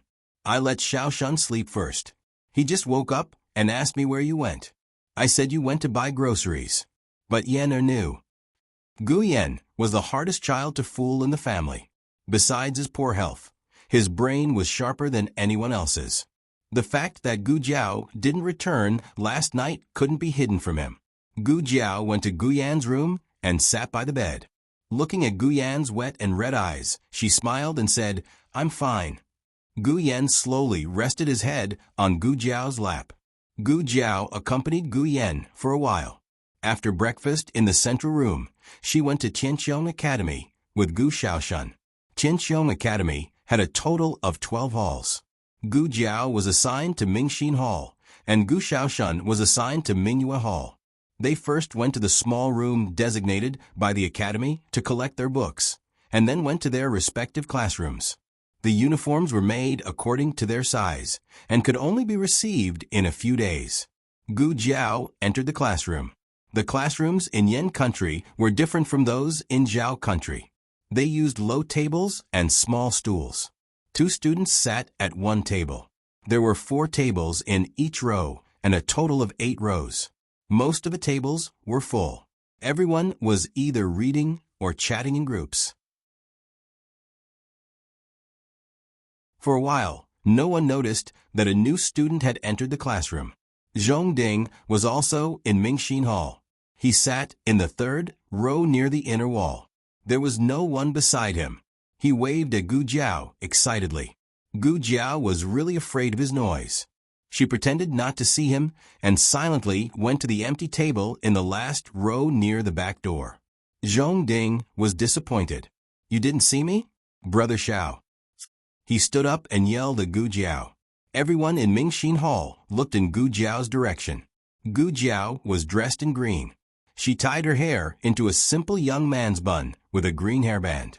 She had a clean temperament and a cold look in her eyes. However, there was an eye-catching birthmark on her young face. Mingxin Hall suddenly became quiet. Zhong Ding blinked, not knowing what to do.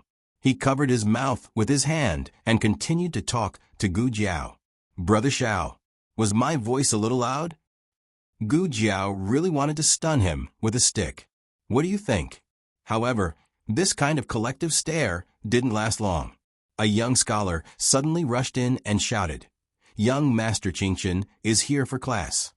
The clear heart hall, which had been silent for a long time, exploded in an instant. What? Young Master Qingqian? Are you sure? Why did young Master Qingqian suddenly come to the academy? That's right. Didn't he never come to class? Let's go. Let's go and take a look. But before everyone could rush out, the academy's bell rang. Everyone reluctantly returned to their seats. Gu Jiao wasn't interested in meeting this young Master Qingqian. She just felt that this name was a little familiar. Just as she was pondering, she suddenly felt everyone's gazes return to her in unison. Wait, look at your young Master Qingqian. Why is he looking at me? In the next second, a young man dressed in a sky blue uniform walked to the back row and sat next to Gu Jiao. Gu Jiao was speechless. Why are you sitting next to me? Can't you see that there are so many empty seats in front of you? Gu Jiao ignored him. She didn't even look at him. She just took out a book and pretended to flip through it. Soon, the teacher entered Mingxin Hall. All the students stood up and cupped their hands in salute. Teacher Jiang.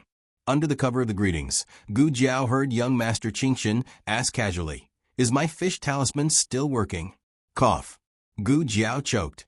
Digression. 23333 Large Social Death. Seen the latest chapter of this book is not finished yet. For more exciting content, please scan the QR code below to download the app. Novels are updated at a faster rate. Millions of novels are free to read. Novels with connotations that can't be found on the internet are available here. https://www.zhbqg.com/89642_89642826/1080514441. HTML Genius, memorize this site's address: www.zhbqg.com. Biku Pavilion Mobile Reading Website. zhbqg.com.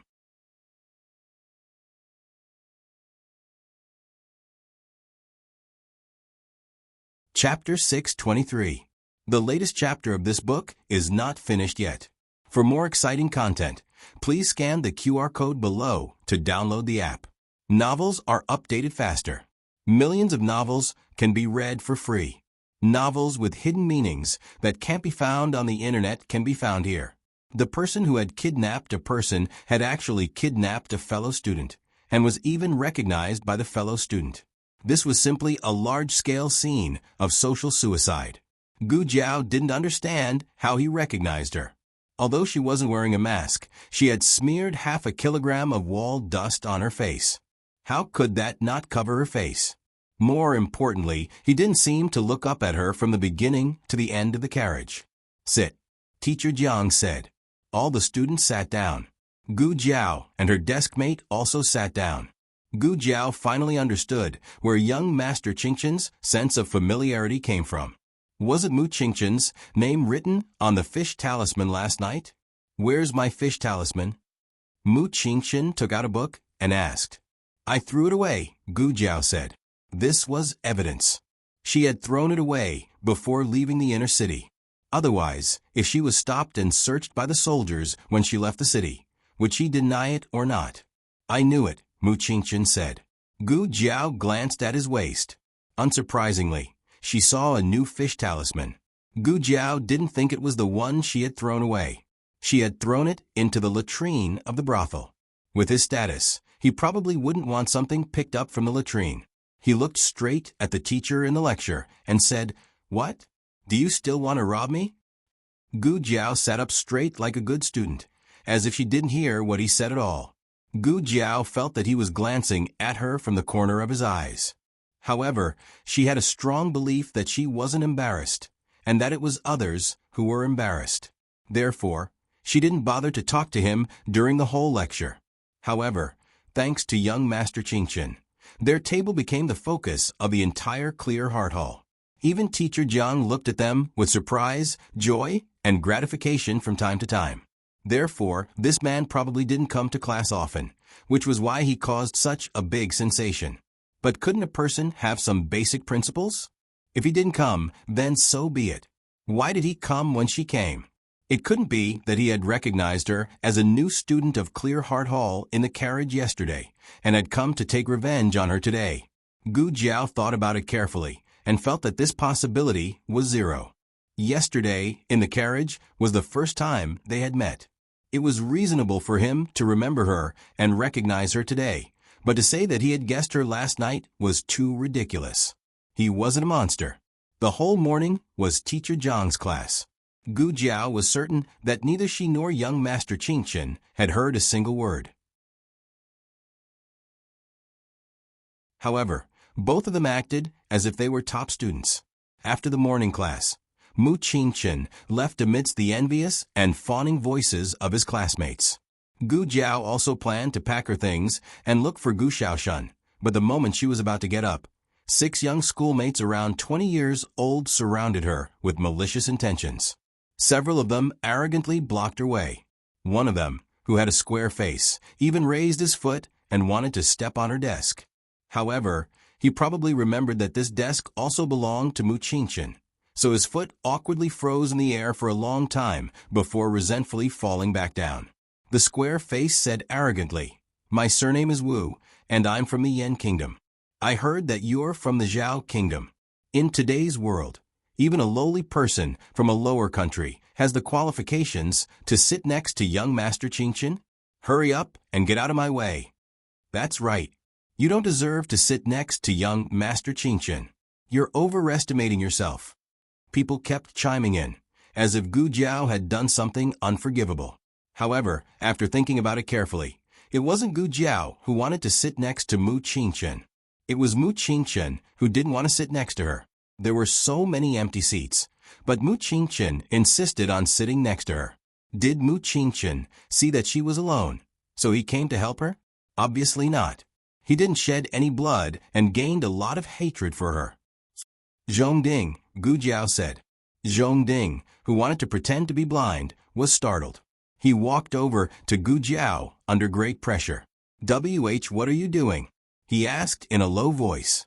Do you get a demerit for beating someone up? Gu Jiao asked. Zhongding said in a trembling voice, a demerit? Why do you ask? Gu Jiao said regretfully, that's a pity. As she spoke, she put one elbow on the desk and rested her chin on one hand. She looked at them and said, okay, I'll make room for you. They were all startled. She compromised just like that? She didn't even struggle? She didn't feel any sense of accomplishment from bullying others.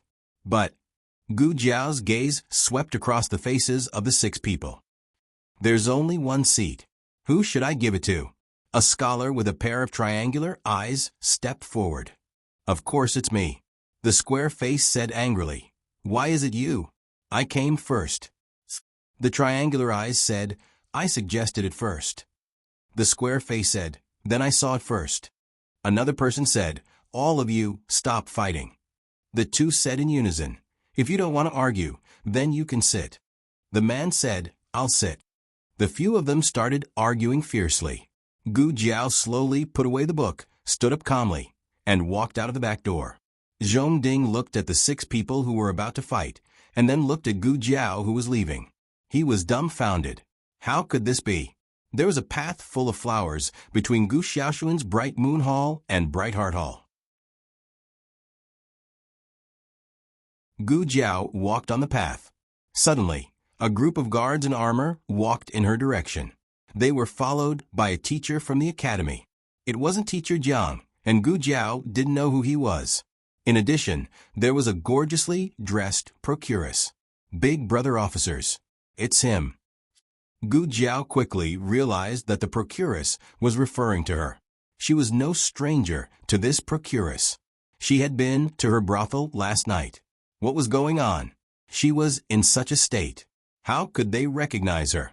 More importantly, how could they follow her all the way to the academy? Are you sure? Are you sure it's him? The leading officer asked. The teacher next to him said, yes, he's a student of our Tianqiong Academy. Don't accuse him. The procuress waved her handkerchief and said, I can't be wrong. No matter how thick the wall plaster is, it can't hide the birthmark on his face. Oh, it was a birthmark. So Mu Qingchen also recognized her by her birthmark in the Bright Heart Hall? But how did the procuress of the brothel chase him all the way here? The procuress pointed at Gu Jiao and said, officers, it was this person who took young Master Qingchen's fish talisman to our brothel last night.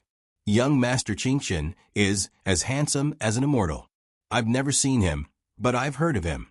As soon as I saw him, I knew he wasn't the real young Master Qingchen. Gu Jiao asked, then why didn't you report it to the authorities? The procuress squeezed her handkerchief and said, I thought you were young Master Qingchen's friend. Gu Jiao asked again, then why did you report it to the authorities? The procuress snorted and said, you threw young Master Qingchen's fish talisman into the latrine. Who would do that if they were really friends? I made a prompt decision. This person must have stolen young Master Qingchen's fish talisman. Gu Jiao, you even dug up the things I threw into the latrine. What kind of fetish is this? Gu Jiao said, then how did you know he was a student of our Tianqiong Academy? The procuress's eyes flashed. He let it slip. Gu Jiao didn't let it slip. In order to hide her identity, she didn't bring anything related to the Tianqiong Academy with her. The procuress's previous words might be true, but this one was definitely false. Since she didn't say it, and the procuress didn't discover it herself, there was only one possibility. Someone who knew her identity as a student of the Tianqiong Academy was also in the brothel last night. Gu Jiao looked at the teacher who came with the procuress. Ah, she recognized him. Wasn't he the teacher who helped her and Gu Xiaoshun with the admission procedures at the Pure Hall yesterday? One pretended not to know the other played the good cop, and the other played the bad cop. It turned out that he had already told the procuress her identity. The teacher felt Gu Jiao's gaze and panicked. Is it illegal for a student to visit a brothel? Gu Jiao looked at the leader of the officers opposite her. He said, "It's not illegal to visit a brothel, but you are suspected of assassinating the crown prince. You are guilty of a crime, and you even insulted the crown prince's maid. You brought shame to the entire crown prince mansion. So the curfew last night was because of this?" Gu Jiao said calmly. "Do you have proof that I am an assassin?" The leader of the officers said, "Yes. The maid in the crown prince's residence accidentally saw a red spot on the assassin's face, and it was on the left side of her face." Damn. Did she have to be so unlucky? How could a red spot on her face happen? She seriously suspected that Xiao Liulong's identity was against heaven's law. Is the maid still alive? If she let the maid see her, she would know that she wasn't the assassin last night. She hanged herself. The leader of the officers said. Gu Jiao was speechless. Did he not even have a witness to prove her innocence? Xiao Lulang, your identity is poisonous. Gu Jiao asked. The assassin just escaped from the crown prince's residence, and you imposed a curfew in the whole city? The leader of the officers said, "Of course. We used fireworks as a signal to impose a curfew." There were fireworks, as expected of Shangguan. She didn't see the fireworks because she was most likely hiding in the middle-aged man's quilt at that time. There were two key points about the murderer. There was a red spot on the left side of his face, and he was a man. Gu Jiao had two ways to prove that she was not the murderer. First, she could directly reveal her identity as a woman, but she would be expelled from the academy and could no longer stay in the Yan Kingdom. Second, she could ask Mu Qingchen to prove her alibi. Although she didn't know where the crown prince's residence was, she guessed that it wouldn't be too close to the street where she was at that time. After all, it was downtown. She got on Mu Qingchen's carriage as soon as the curfew began, so she didn't have enough time to commit the crime. However, she had already robbed Mu Qingchen. Would Mu Qingchen still be willing to prove her alibi? Digression. I can't sleep, so I'll write a new chapter for everyone. The latest chapter of this book is not finished yet. For more exciting content, please scan the QR code below to download the app. The novel will be updated more quickly. Millions of novels will be read for free. There are all the novels that can't be found on the internet here. https://www.zhbqg.com/89642_8964286/108050754. HTML Genius memorized the website address in 1 second. www.zhbqg.com Biku mobile reading website. zhbqg.com.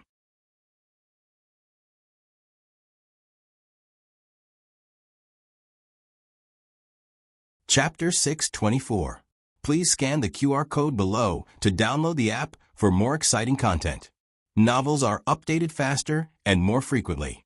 Millions of novels are free to read. There are all kinds of novels that can't be found on the internet here. To be honest, Gu Jiao felt that the way they handled the case was too careless. They didn't even have enough evidence. However, since it was related to the crown prince, they would rather kill the wrong person than let her go. If Gu Jiao was really arrested, they wouldn't be able to convict her. After all, she was a woman. Once she was discovered, everything would fall apart. However, she couldn't expose herself, so she couldn't be arrested by these officers. Gu Jiao said calmly, "I didn't assassinate the crown prince. When the crown prince was in trouble, I was with the people of Tianqiong Academy." The leading officer asked coldly, "Then who were you with?" Gu Jiao's eyes fell on the teacher. The teacher's surname was Hu. He didn't teach. He was only in charge of the enrollment and general affairs of the academy. Teacher whose heart skipped a beat when he met Gu Jiao's eyes. That's right. Gu Jiao wanted teacher Hu to be her witness. Otherwise, she would tell others that teacher who went to the brothel. Teacher who was not stupid. How could he not guess Gu Jiao's plan? He was so scared that his face turned pale. Although going to the brothel didn't violate the laws of the Yen Kingdom, it violated the rules of the academy. If word got out, his reputation would be ruined. This brat better not do this. Otherwise he's with me. A voice as high as the mountains and flowing water came from the corridor behind Gu Jiao. It was low and calm, with a unique youthfulness and magnetism. It was Mu Qingchen. He walked over calmly, like the wind and the moon. He stopped beside Gu Jiao. When the officials saw him, their faces involuntarily became more courteous. The leading officer greeted, "It's young Master Qingchen." The procuress and teacher who looked at Mu Qingchen as if they had seen a ghost. They didn't understand what he meant. Gu Jiao was also a little shocked. Logically speaking, with their current relationship, it was normal for them to stab each other in the back and watch from the sidelines. "Young Master Qingchen, did you say that he was with you the whole night?" The officer asked curiously. Mu Qingchen said, "That's right." The leading officer asked again, "Is there any evidence?" Mu Qingchen said calmly, "You are looking for a witness, right? I am the witness. If you don't believe me, you can ask my coachman. Of course, if you think I am lying, you don't have to believe me." The leading officer frowned and softened his tone. "That's not what we meant. Please don't take offense, young Master Qingchen." Oh, this young Master Qingchen seemed to have a high status and reputation in Chengdu. Even the official in charge of the Crown Prince's case was so polite to him. The leader continued, "However, there is one thing that I don't understand." Mu Qingchen said, "Please speak." The leading officer looked at Gu Jiao and said, "He is from a lower country. Why did young Master Qingchen bring him into the inner city?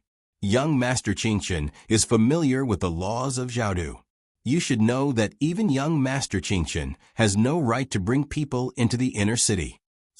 If even Mu Qingchen couldn't bring people into the city, then teacher who certainly couldn't. She was just about to tell the officers that it was teacher who brought him into the city. Fortunately, Mu Qingchen interrupted her. Otherwise, she would have been exposed on the spot. Mu Qingchen said, "It was an emergency. I couldn't wait for him to get the seal for the inner city." A trace of inquiry flashed through the leading officer's eyes. Oh, what made young Master Qingchen bring a lower country person into the inner city in violation of the laws of Chengdu? The inner city was an important place. Even a native of the Yen Kingdom had to obey the rules to enter the city, to treat the duke's illness. Everyone's expression changed when they heard Mu Qingchen's words. The leading officer was even more stunned. He couldn't say a word for a long time. Gu Jiao vaguely understood that the High Duke should be a person of high status and power. If she treated him, she could make an exception and pass. This didn't mean that any doctor was qualified to treat the Duke. He had to be introduced by an important person, such as Mu Qingchen. The leading officer looked at Gu Jiao and then at Mu Qingchen. "Him," Mu Qingchen said without changing his expression. "Yes, he is the doctor I invited for the Duke." The leading officer had already figured out Xiao Liulang's background.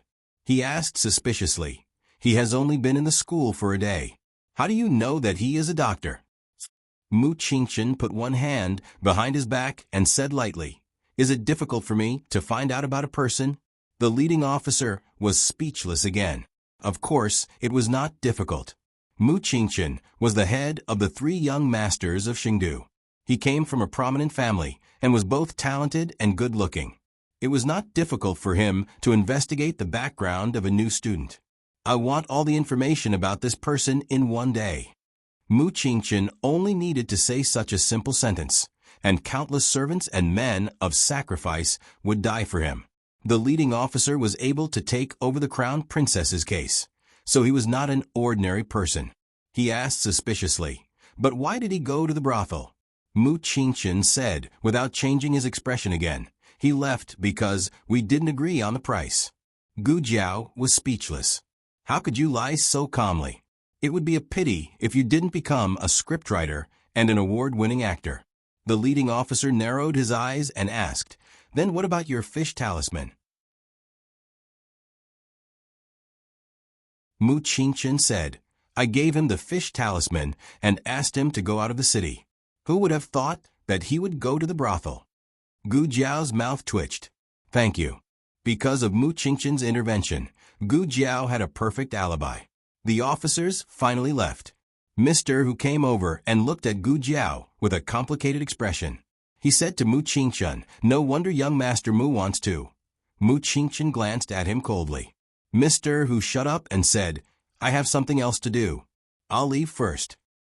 After Mr. Who left, Gu Jiao asked Mu Qingchen strangely, "What did he say?" "Nothing," Mu Qingchen said expressionlessly. Gu Jiao looked at him deeply. "Why did you help me?" Mu Qingchen's eyes were cold. "If I don't help you, won't you betray me? Is it better to be robbed by you or to be given the fish talisman by me?" Gu Jiao raised her eyebrows and muttered, "You're right. You men care about your reputation. It would be too embarrassing if young Master Qingchen was robbed by a new student from the lower kingdom." Mu Qingchen said indifferently, "What are you muttering about?" Gu Jiao was in a good mood. "Nothing. Goodbye." She went to look for Gu Shaoshun, and Mu Qingchen was about to leave as well.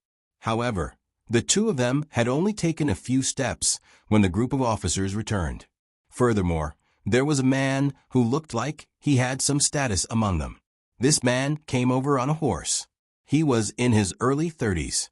He was not wearing armor, but his whole body exuded a murderous aura.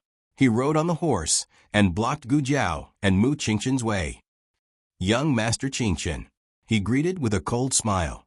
His attitude was much more arrogant than those officers.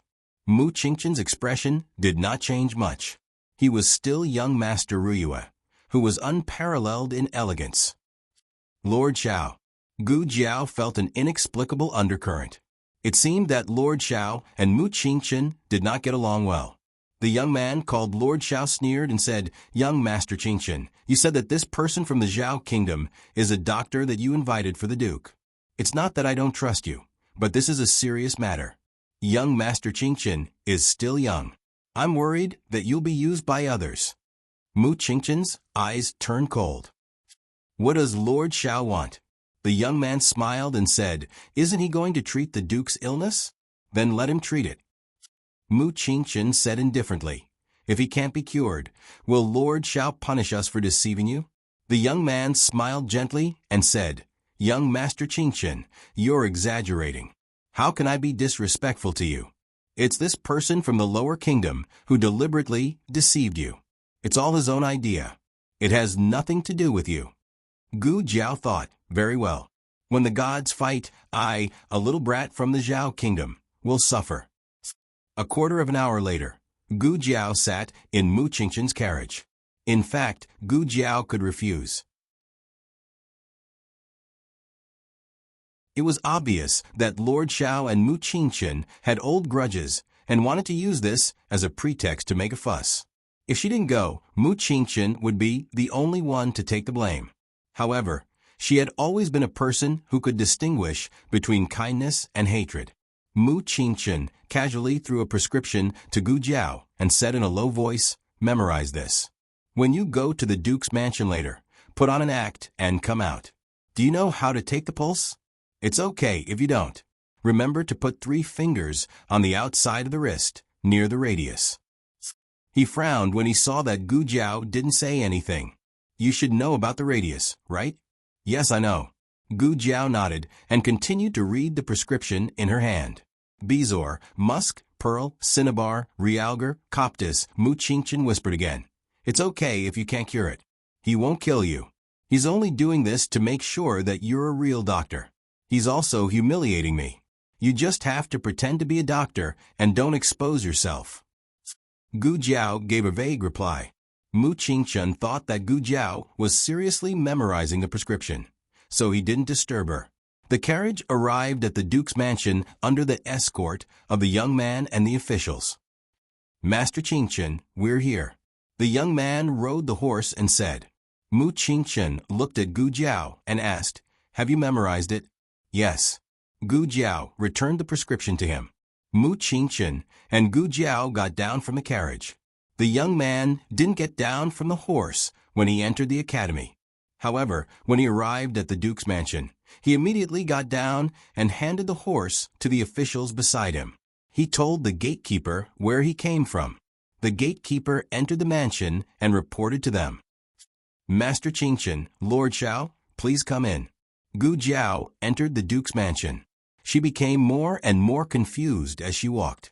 Why did she have a feeling that everything here was so familiar?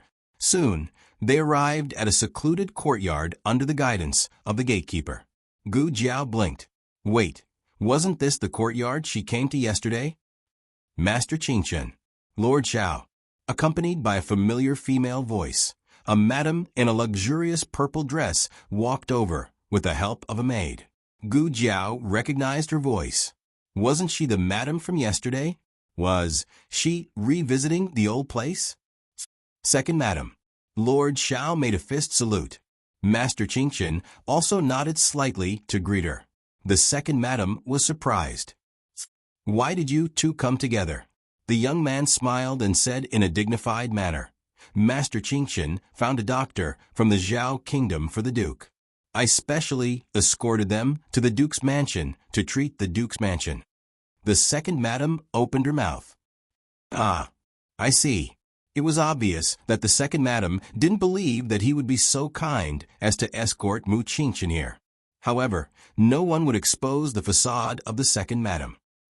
Sigh. The second madam sighed. To tell you the truth, Divine Dr. Luo's disciple came to treat the Duke just now. He just performed acupuncture and hasn't left yet. He went to decoct medicine for the Duke. The young man asked, is he the disciple of the Chen Kingdom's #1 divine doctor, Luo Feiyang? Yes. The second madam said. The young man looked at Mu Qingchen meaningfully. The Chen Kingdom is famous for its medical skills. Divine Dr. Luo is the best of all doctors. Mu Qingchen ignored his provocation and asked the second madam, has the Duke woken up? The second madam shook her head. Mu Qingchen said to Gu Jiao, go and try. Don't feel too pressured. The young man said sarcastically, yes. After all, even Divine Dr. Luo's disciple can't do anything. How can an unknown doctor from the Zhao kingdom cure the Duke? Master Qingchen, I'm afraid you've been dreaming since the beginning. Gu Jiao looked at him irritably. Why are you so noisy? Are you a bird? The young man choked. You. Gu Jiao went into the room.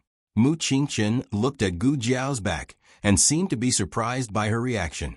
However, he didn't say anything and followed her into the room. The latest chapter of this book is not finished yet. For more exciting content, please scan the QR code below to download the app. The novel is updated at a faster rate. Millions of novels are free to read. All the novels that can't be found on the internet are available here. https://www.zhbqg.com/8964/2_896426/1080300934. HTML Genius memorized this website's address in a second. www.zhbqg.com Bikaj mobile reading website. zhbqg.com.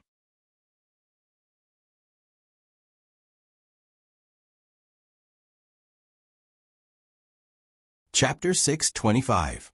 The latest chapter of this book is not finished yet. For more exciting content, please scan the QR code below to download the app.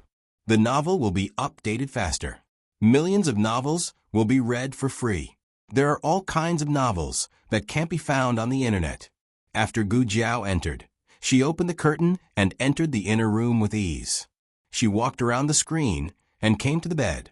She didn't need anyone to lead the way at all. It was as if she had been here before, but everyone knew that it was impossible. Today, the curtains were lifted.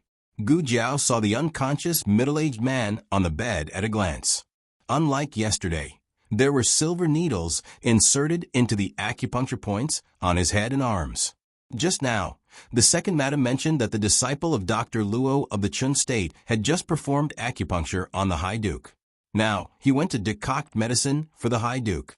Yesterday, because of the emergency, Gu Jiao only met the High Duke in a hurry.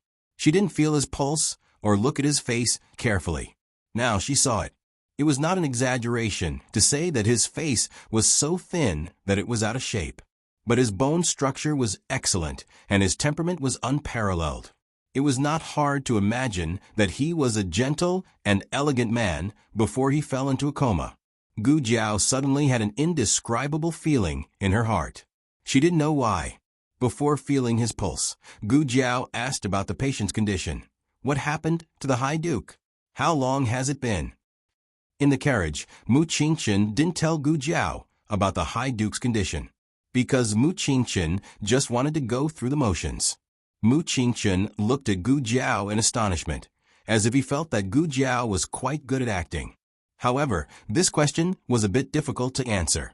Mu Qingchen and the second madam were silent for a moment. Poisoning. Fall. Mu Qingchen and the second madam said at the same time. The two of them were stunned. Fall. Poisoning. Mu Qingchen and the second madam said at the same time again. Is it a fall or poisoning? Or both?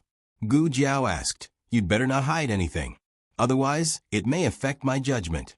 Mu Qingchen glanced at Gu Jiao with a complicated expression that seemed to say, You're so engrossed in the role. In the end, it was the second madam who sighed and said, Forget it, it's no secret anyway. Moreover, you were brought here by young Master Qingchen, so there's no harm in letting you know. The High Duke fainted after falling off the back of a horse and never regained consciousness again. However, when the imperial physician treated the High Duke's injuries, he discovered that the High Duke had been poisoned with a rare, slow-acting poison. It was called 7-star powder. People who were poisoned would not have any symptoms in the early and middle stages.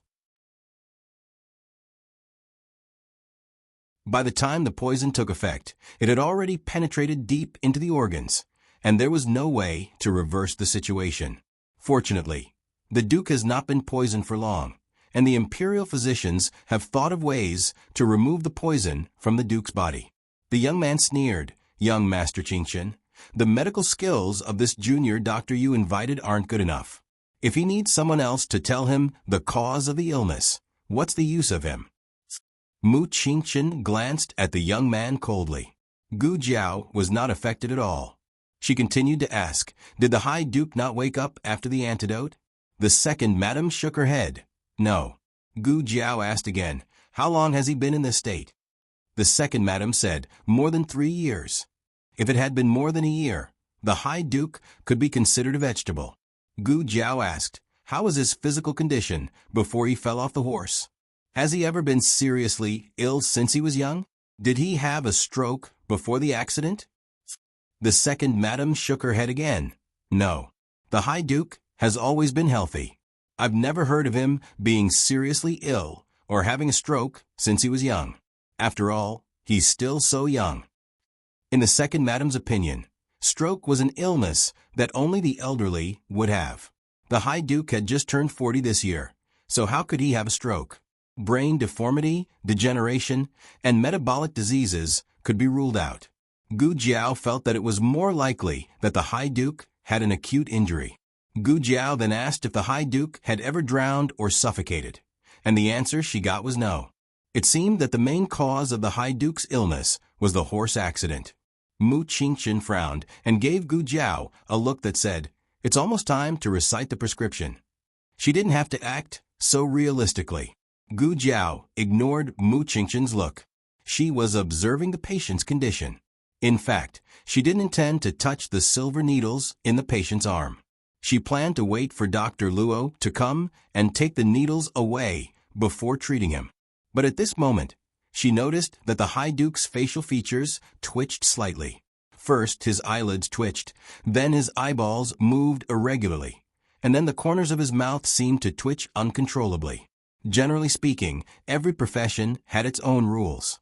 No matter how good Gu Jiao was, she would not easily interfere with other people's treatment unless it was absolutely necessary. Gu Jiao glanced around and found the problem. She stretched out her hand and pulled out a silver needle from the patient's wrist. The High Duke's face stopped twitching slightly. Only Gu Jiao stood in front of the bed. No one saw what happened to the High Duke. They only saw Gu Jiao pulling out the silver needle from the High Duke's wrist. Everyone in the room was stunned. Mu Qingchen frowned. "What are you doing?" Accompanied by an angry shout, a young girl wearing a light green tunic dress came in with a bowl of medicine. She put the medicine on the table and walked quickly to the bed. She looked at Gu Jiao angrily. People in this world generally liked to judge people by their appearance. Originally, the young girl was only a little angry, but after seeing Gu Jiao's face, she despised her even more. She said coldly, "Who are you? Why did you touch my silver needle?" Gu Jiao took the silver needle and said to her indifferently, "Your Neiguan acupoint is wrong." The young girl frowned and said, "Impossible. Where did you come from? How dare you slander my medical skills? Second madam, are all the people from the house of High Duke so arrogant?" Second madam was embarrassed. It was true that the young girl was from a lower country, but she was not an ordinary person. She was the disciple of the famous divine Dr. Luo. The High Duke was counting on her to cure his illness.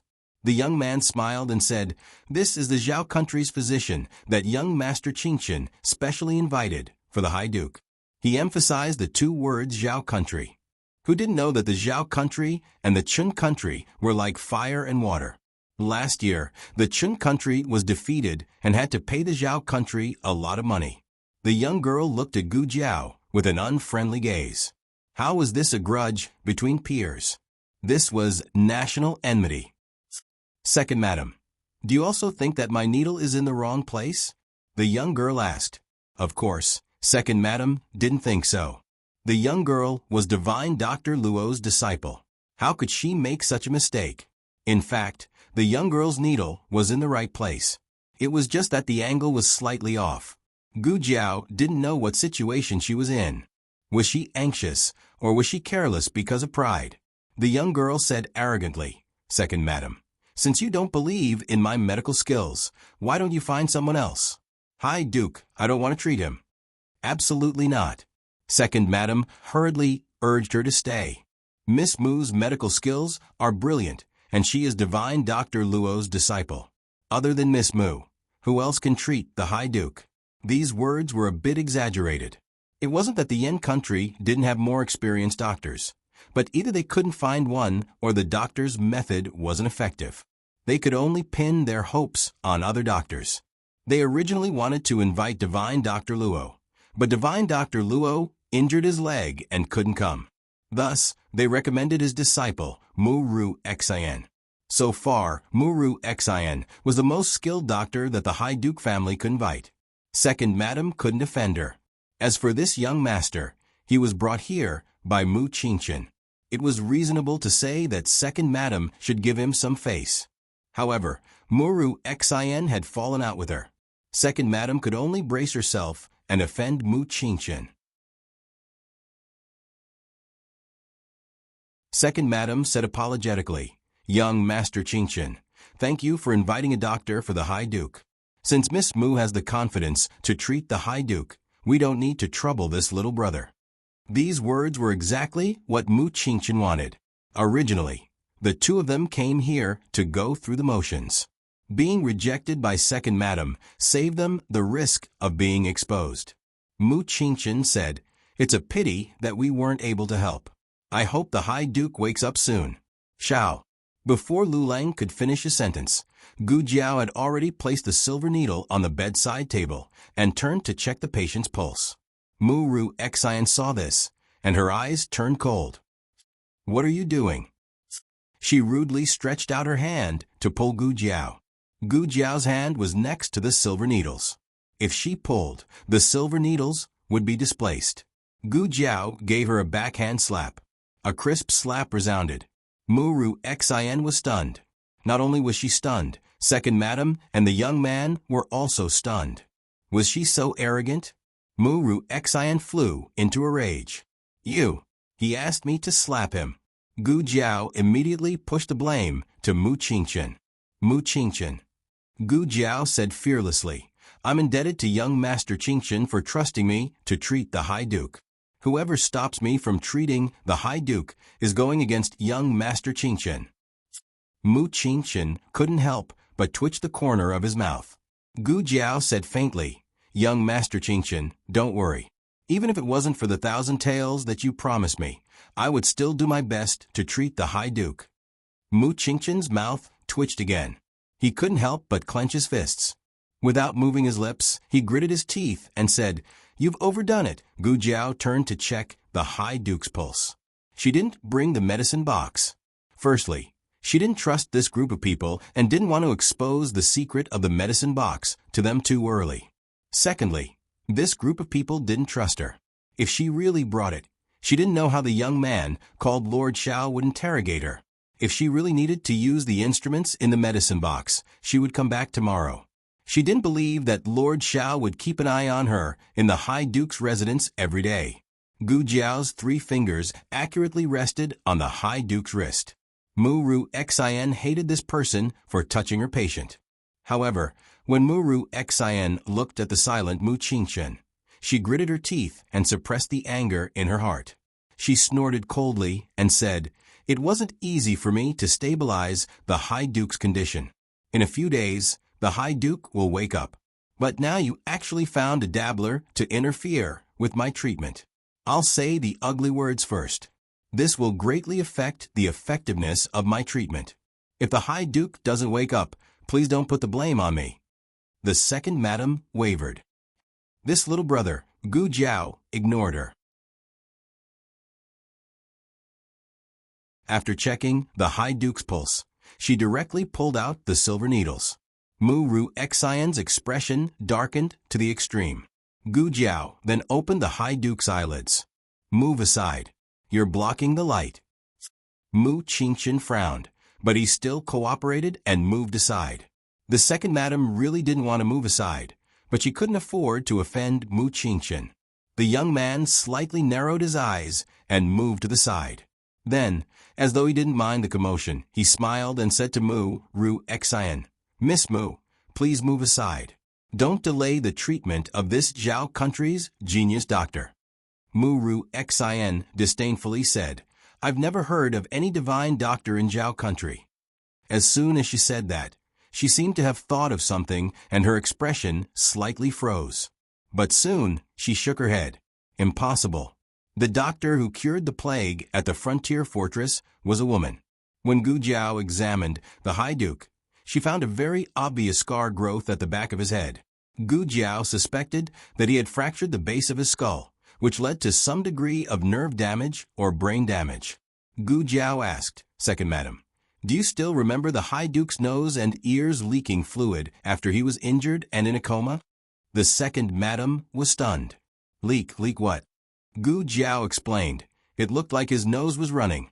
If the cerebrospinal fluid leaked out, it could be diagnosed as an open brain injury. But it had been 3 years.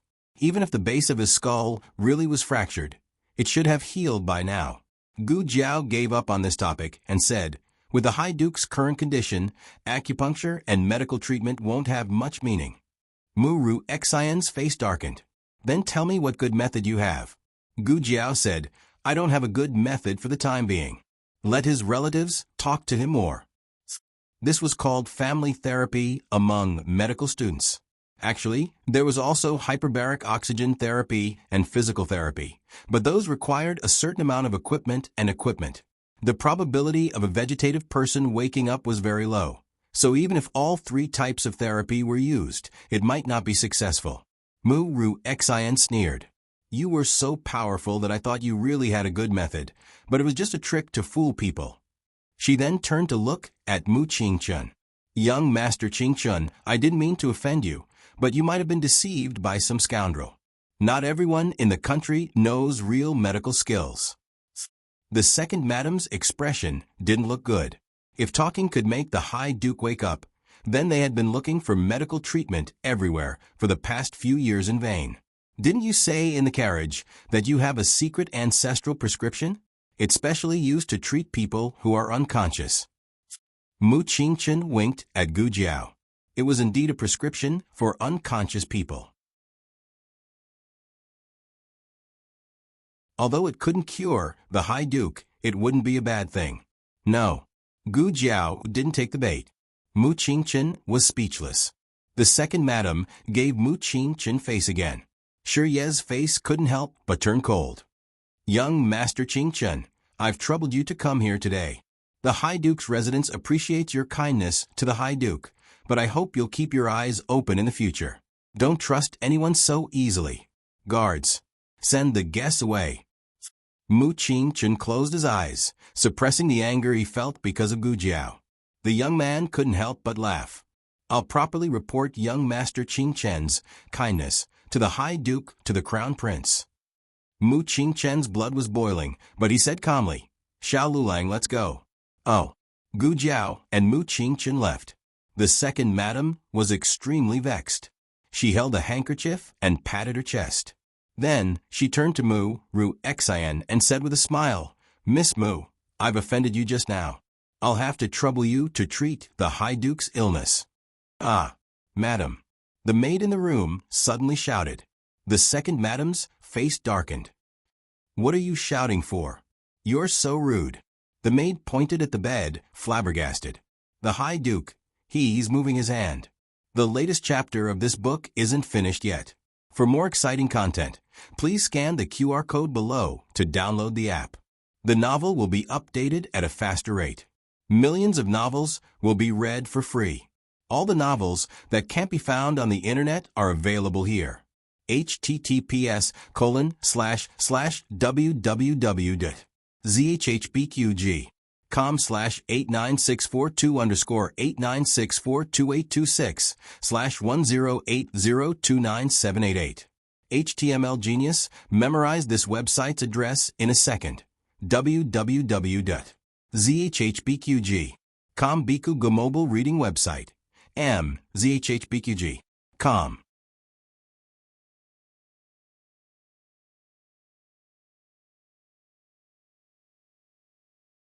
Chapter 626. Please scan the QR code below to download the app for more interesting content. More novels are updated faster. Millions of novels are free to read. There are all kinds of novels that you can't find online. At this time, Gu Jiao and Mu Qingchen had already left in the carriage, so they didn't know what the Duke was doing. The young man who was called Sir Xiao also left the Duke's mansion with them. Before he left, he mocked Mu Qingchen, but he didn't get anything on Mu Qingchen, so he left in the end. Do you have a grudge against him? Gu Jiao asked. Family conflict, Mu Qingchen said casually. He didn't explain what kind of conflict it was. Gu Jiao didn't want to get to the bottom of it. After all, she wasn't really interested in his affairs. 1,000 tales. Mu Qingchen looked at Gu Jiao indifferently. Gu Jiao waved her hand. It's fine if you don't want to give it to me. We were schoolmates, so I'm just doing you a favor. Ha! Mu Qingchen was so angry that he laughed. Who taught you how to lie through your teeth? Then who taught you how to lie? Gu Jiao asked back. You're not bad at lying through your teeth either, okay? Mu Qingchen looked away and didn't delve into the topic. Gu Jiao said, Can I go to the clinic? Mu Qingchen glanced at her and said, It's already over. You don't have to pretend to be a doctor anymore. Gu Jiao, would you believe me if I said I'm a real doctor? Speaking of which, you were quite good at pretending just now. If it weren't for her magical speech therapy, Mu Qingchen would have believed her. Don't do that next time. I can't protect you if you expose yourself. Gu Jiao, oh, can I go to the clinic? I want to buy some medicine. Mu Qingchen looked at her. Are you sick? My brother. Gu Jiao said. Gu Yan's sick leave wasn't a secret. Although it wasn't made public, it wasn't difficult for Mu Qingchen to find out. Mu Qingchen seemed to have thought of something and didn't say anything else. He asked the coachman to drive the carriage to a clinic. I'll wait for you in the carriage, Mu Qingchen said. Okay. Gu Jiao did not refuse. Mu Qingchen naturally found a good clinic for Gu Jiao. There were many patients, many doctors, and all kinds of rare herbs. If she really came to buy herbs, she would not return empty-handed. Unfortunately, She was here to ask about the operating theater. Do you have these things here? Gu Jiao handed over the drawing of the operating theater. The doctor shook his head repeatedly. I've never seen him before. Gu Jiao put away the drawing and got on the carriage. Don't you have the herbs you want? Mu Qingchen asked when he saw Gu Jiao returning empty-handed. Gu Jiao replied faintly. There are 2 more clinics ahead. Mu Qingchen said. Thank you. Gu Jiao said. This was the most sincere sentence Mu Qingchen had heard so far, although it was only 2 words. Mu Qingchen asked the coachman to go to the 2 clinics.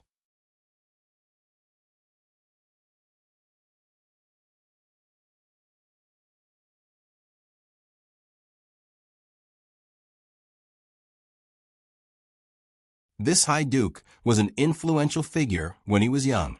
He was extraordinarily handsome and talented. I don't know how many girls in Chengdu fell in love with him.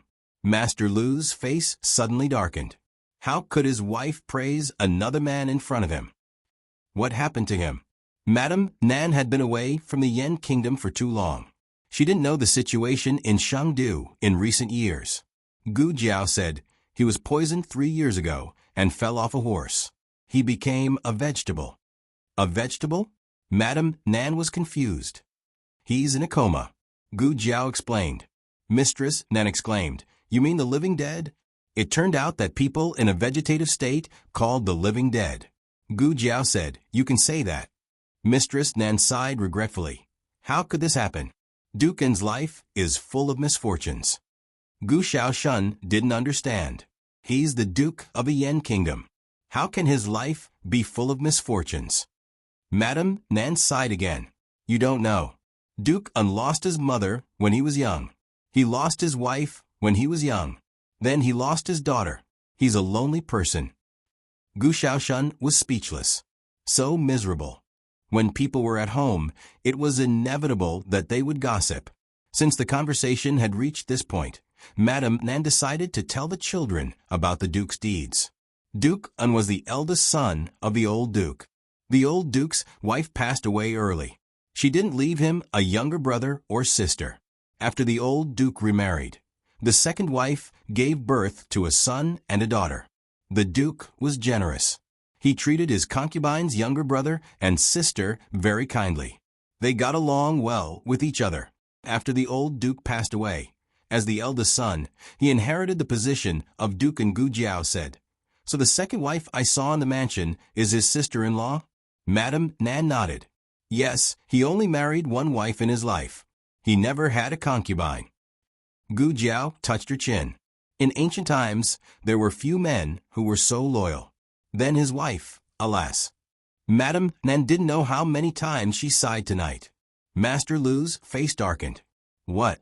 You're sighing because of a man? I don't care about my face. Madame Nan ignored her husband. She said regretfully, We can only talk about this behind closed doors. People outside don't dare to mention his wife. Why? Gu Jiao asked. Madame Nan hesitated and said, His wife is from the Xian Yuan family. Gu Jiao looked at the red-tasseled spear hanging in her room. Xian Yuan? Li's Xian Yuan family? Madame Nan said, Yes, the Xian Yuan family was the #1 military family in the Yan Kingdom. It was said that they had millions of soldiers. Their achievements overshadowed their master.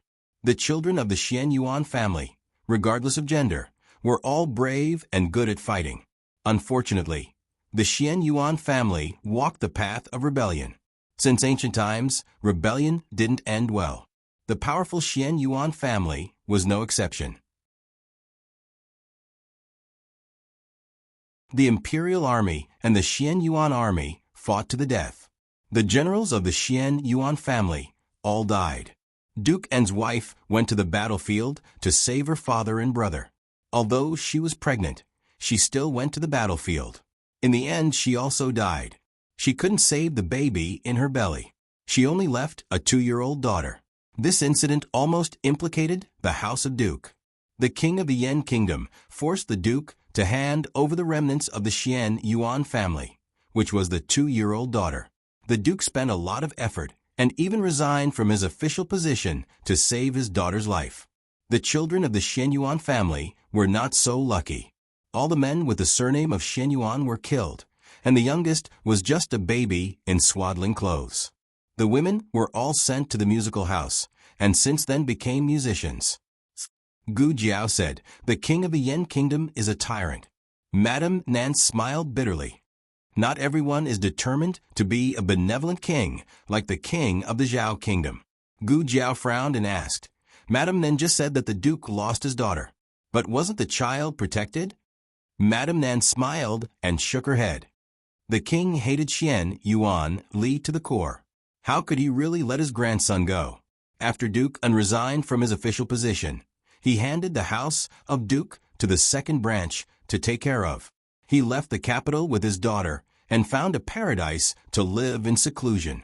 However, after a few years, the child still died. It was very sudden. It was like a sudden death. At that time, many people guessed that she was assassinated by the king. However, all the people who said so were arrested by the king. After that, no one dared to talk about it. Gu Jiao suddenly understood. "I see." Madame Nan said, "This was more than 10 years ago.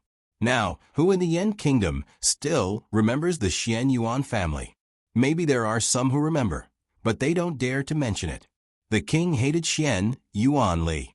Even Xian Yuan Li's divine weapon was thrown to the people of Chun by the king as a pile of scrap metal."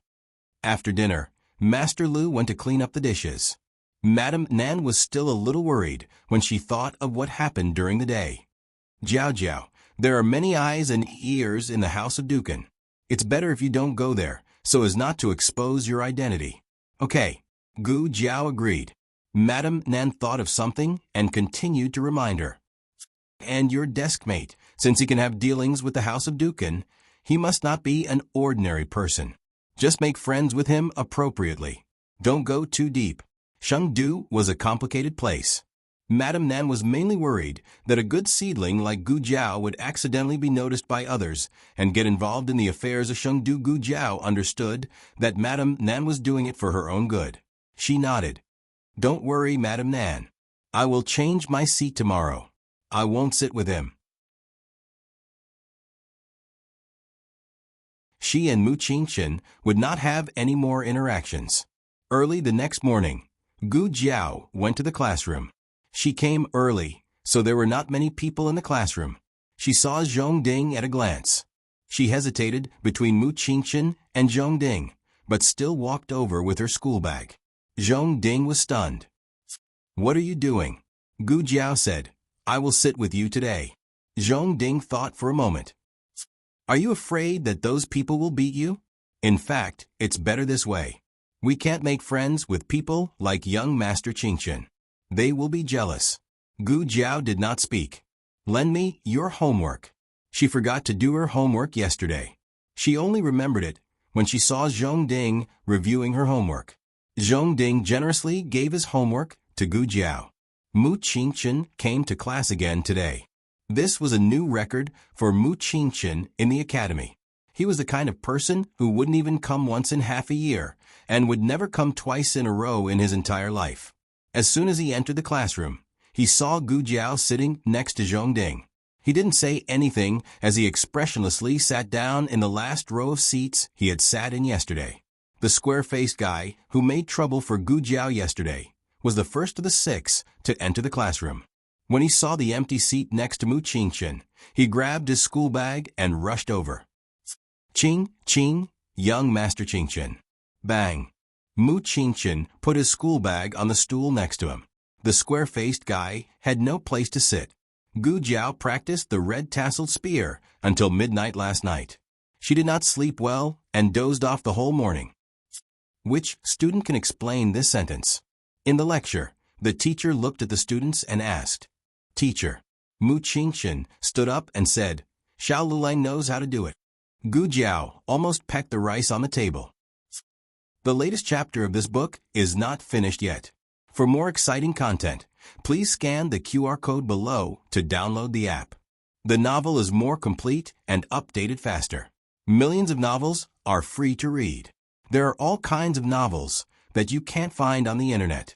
https://www.zhpqg.com/8964-2_89642_108010563. HTML Genius. Memorize the website address in 1 second. www.zhpqg.com Biku Pavilion Mobile Reading Website. zhpqg.com. You're tuning in to the Echo Reads YouTube channel. Don't forget to subscribe and join us on this journey to catch the most captivating stories.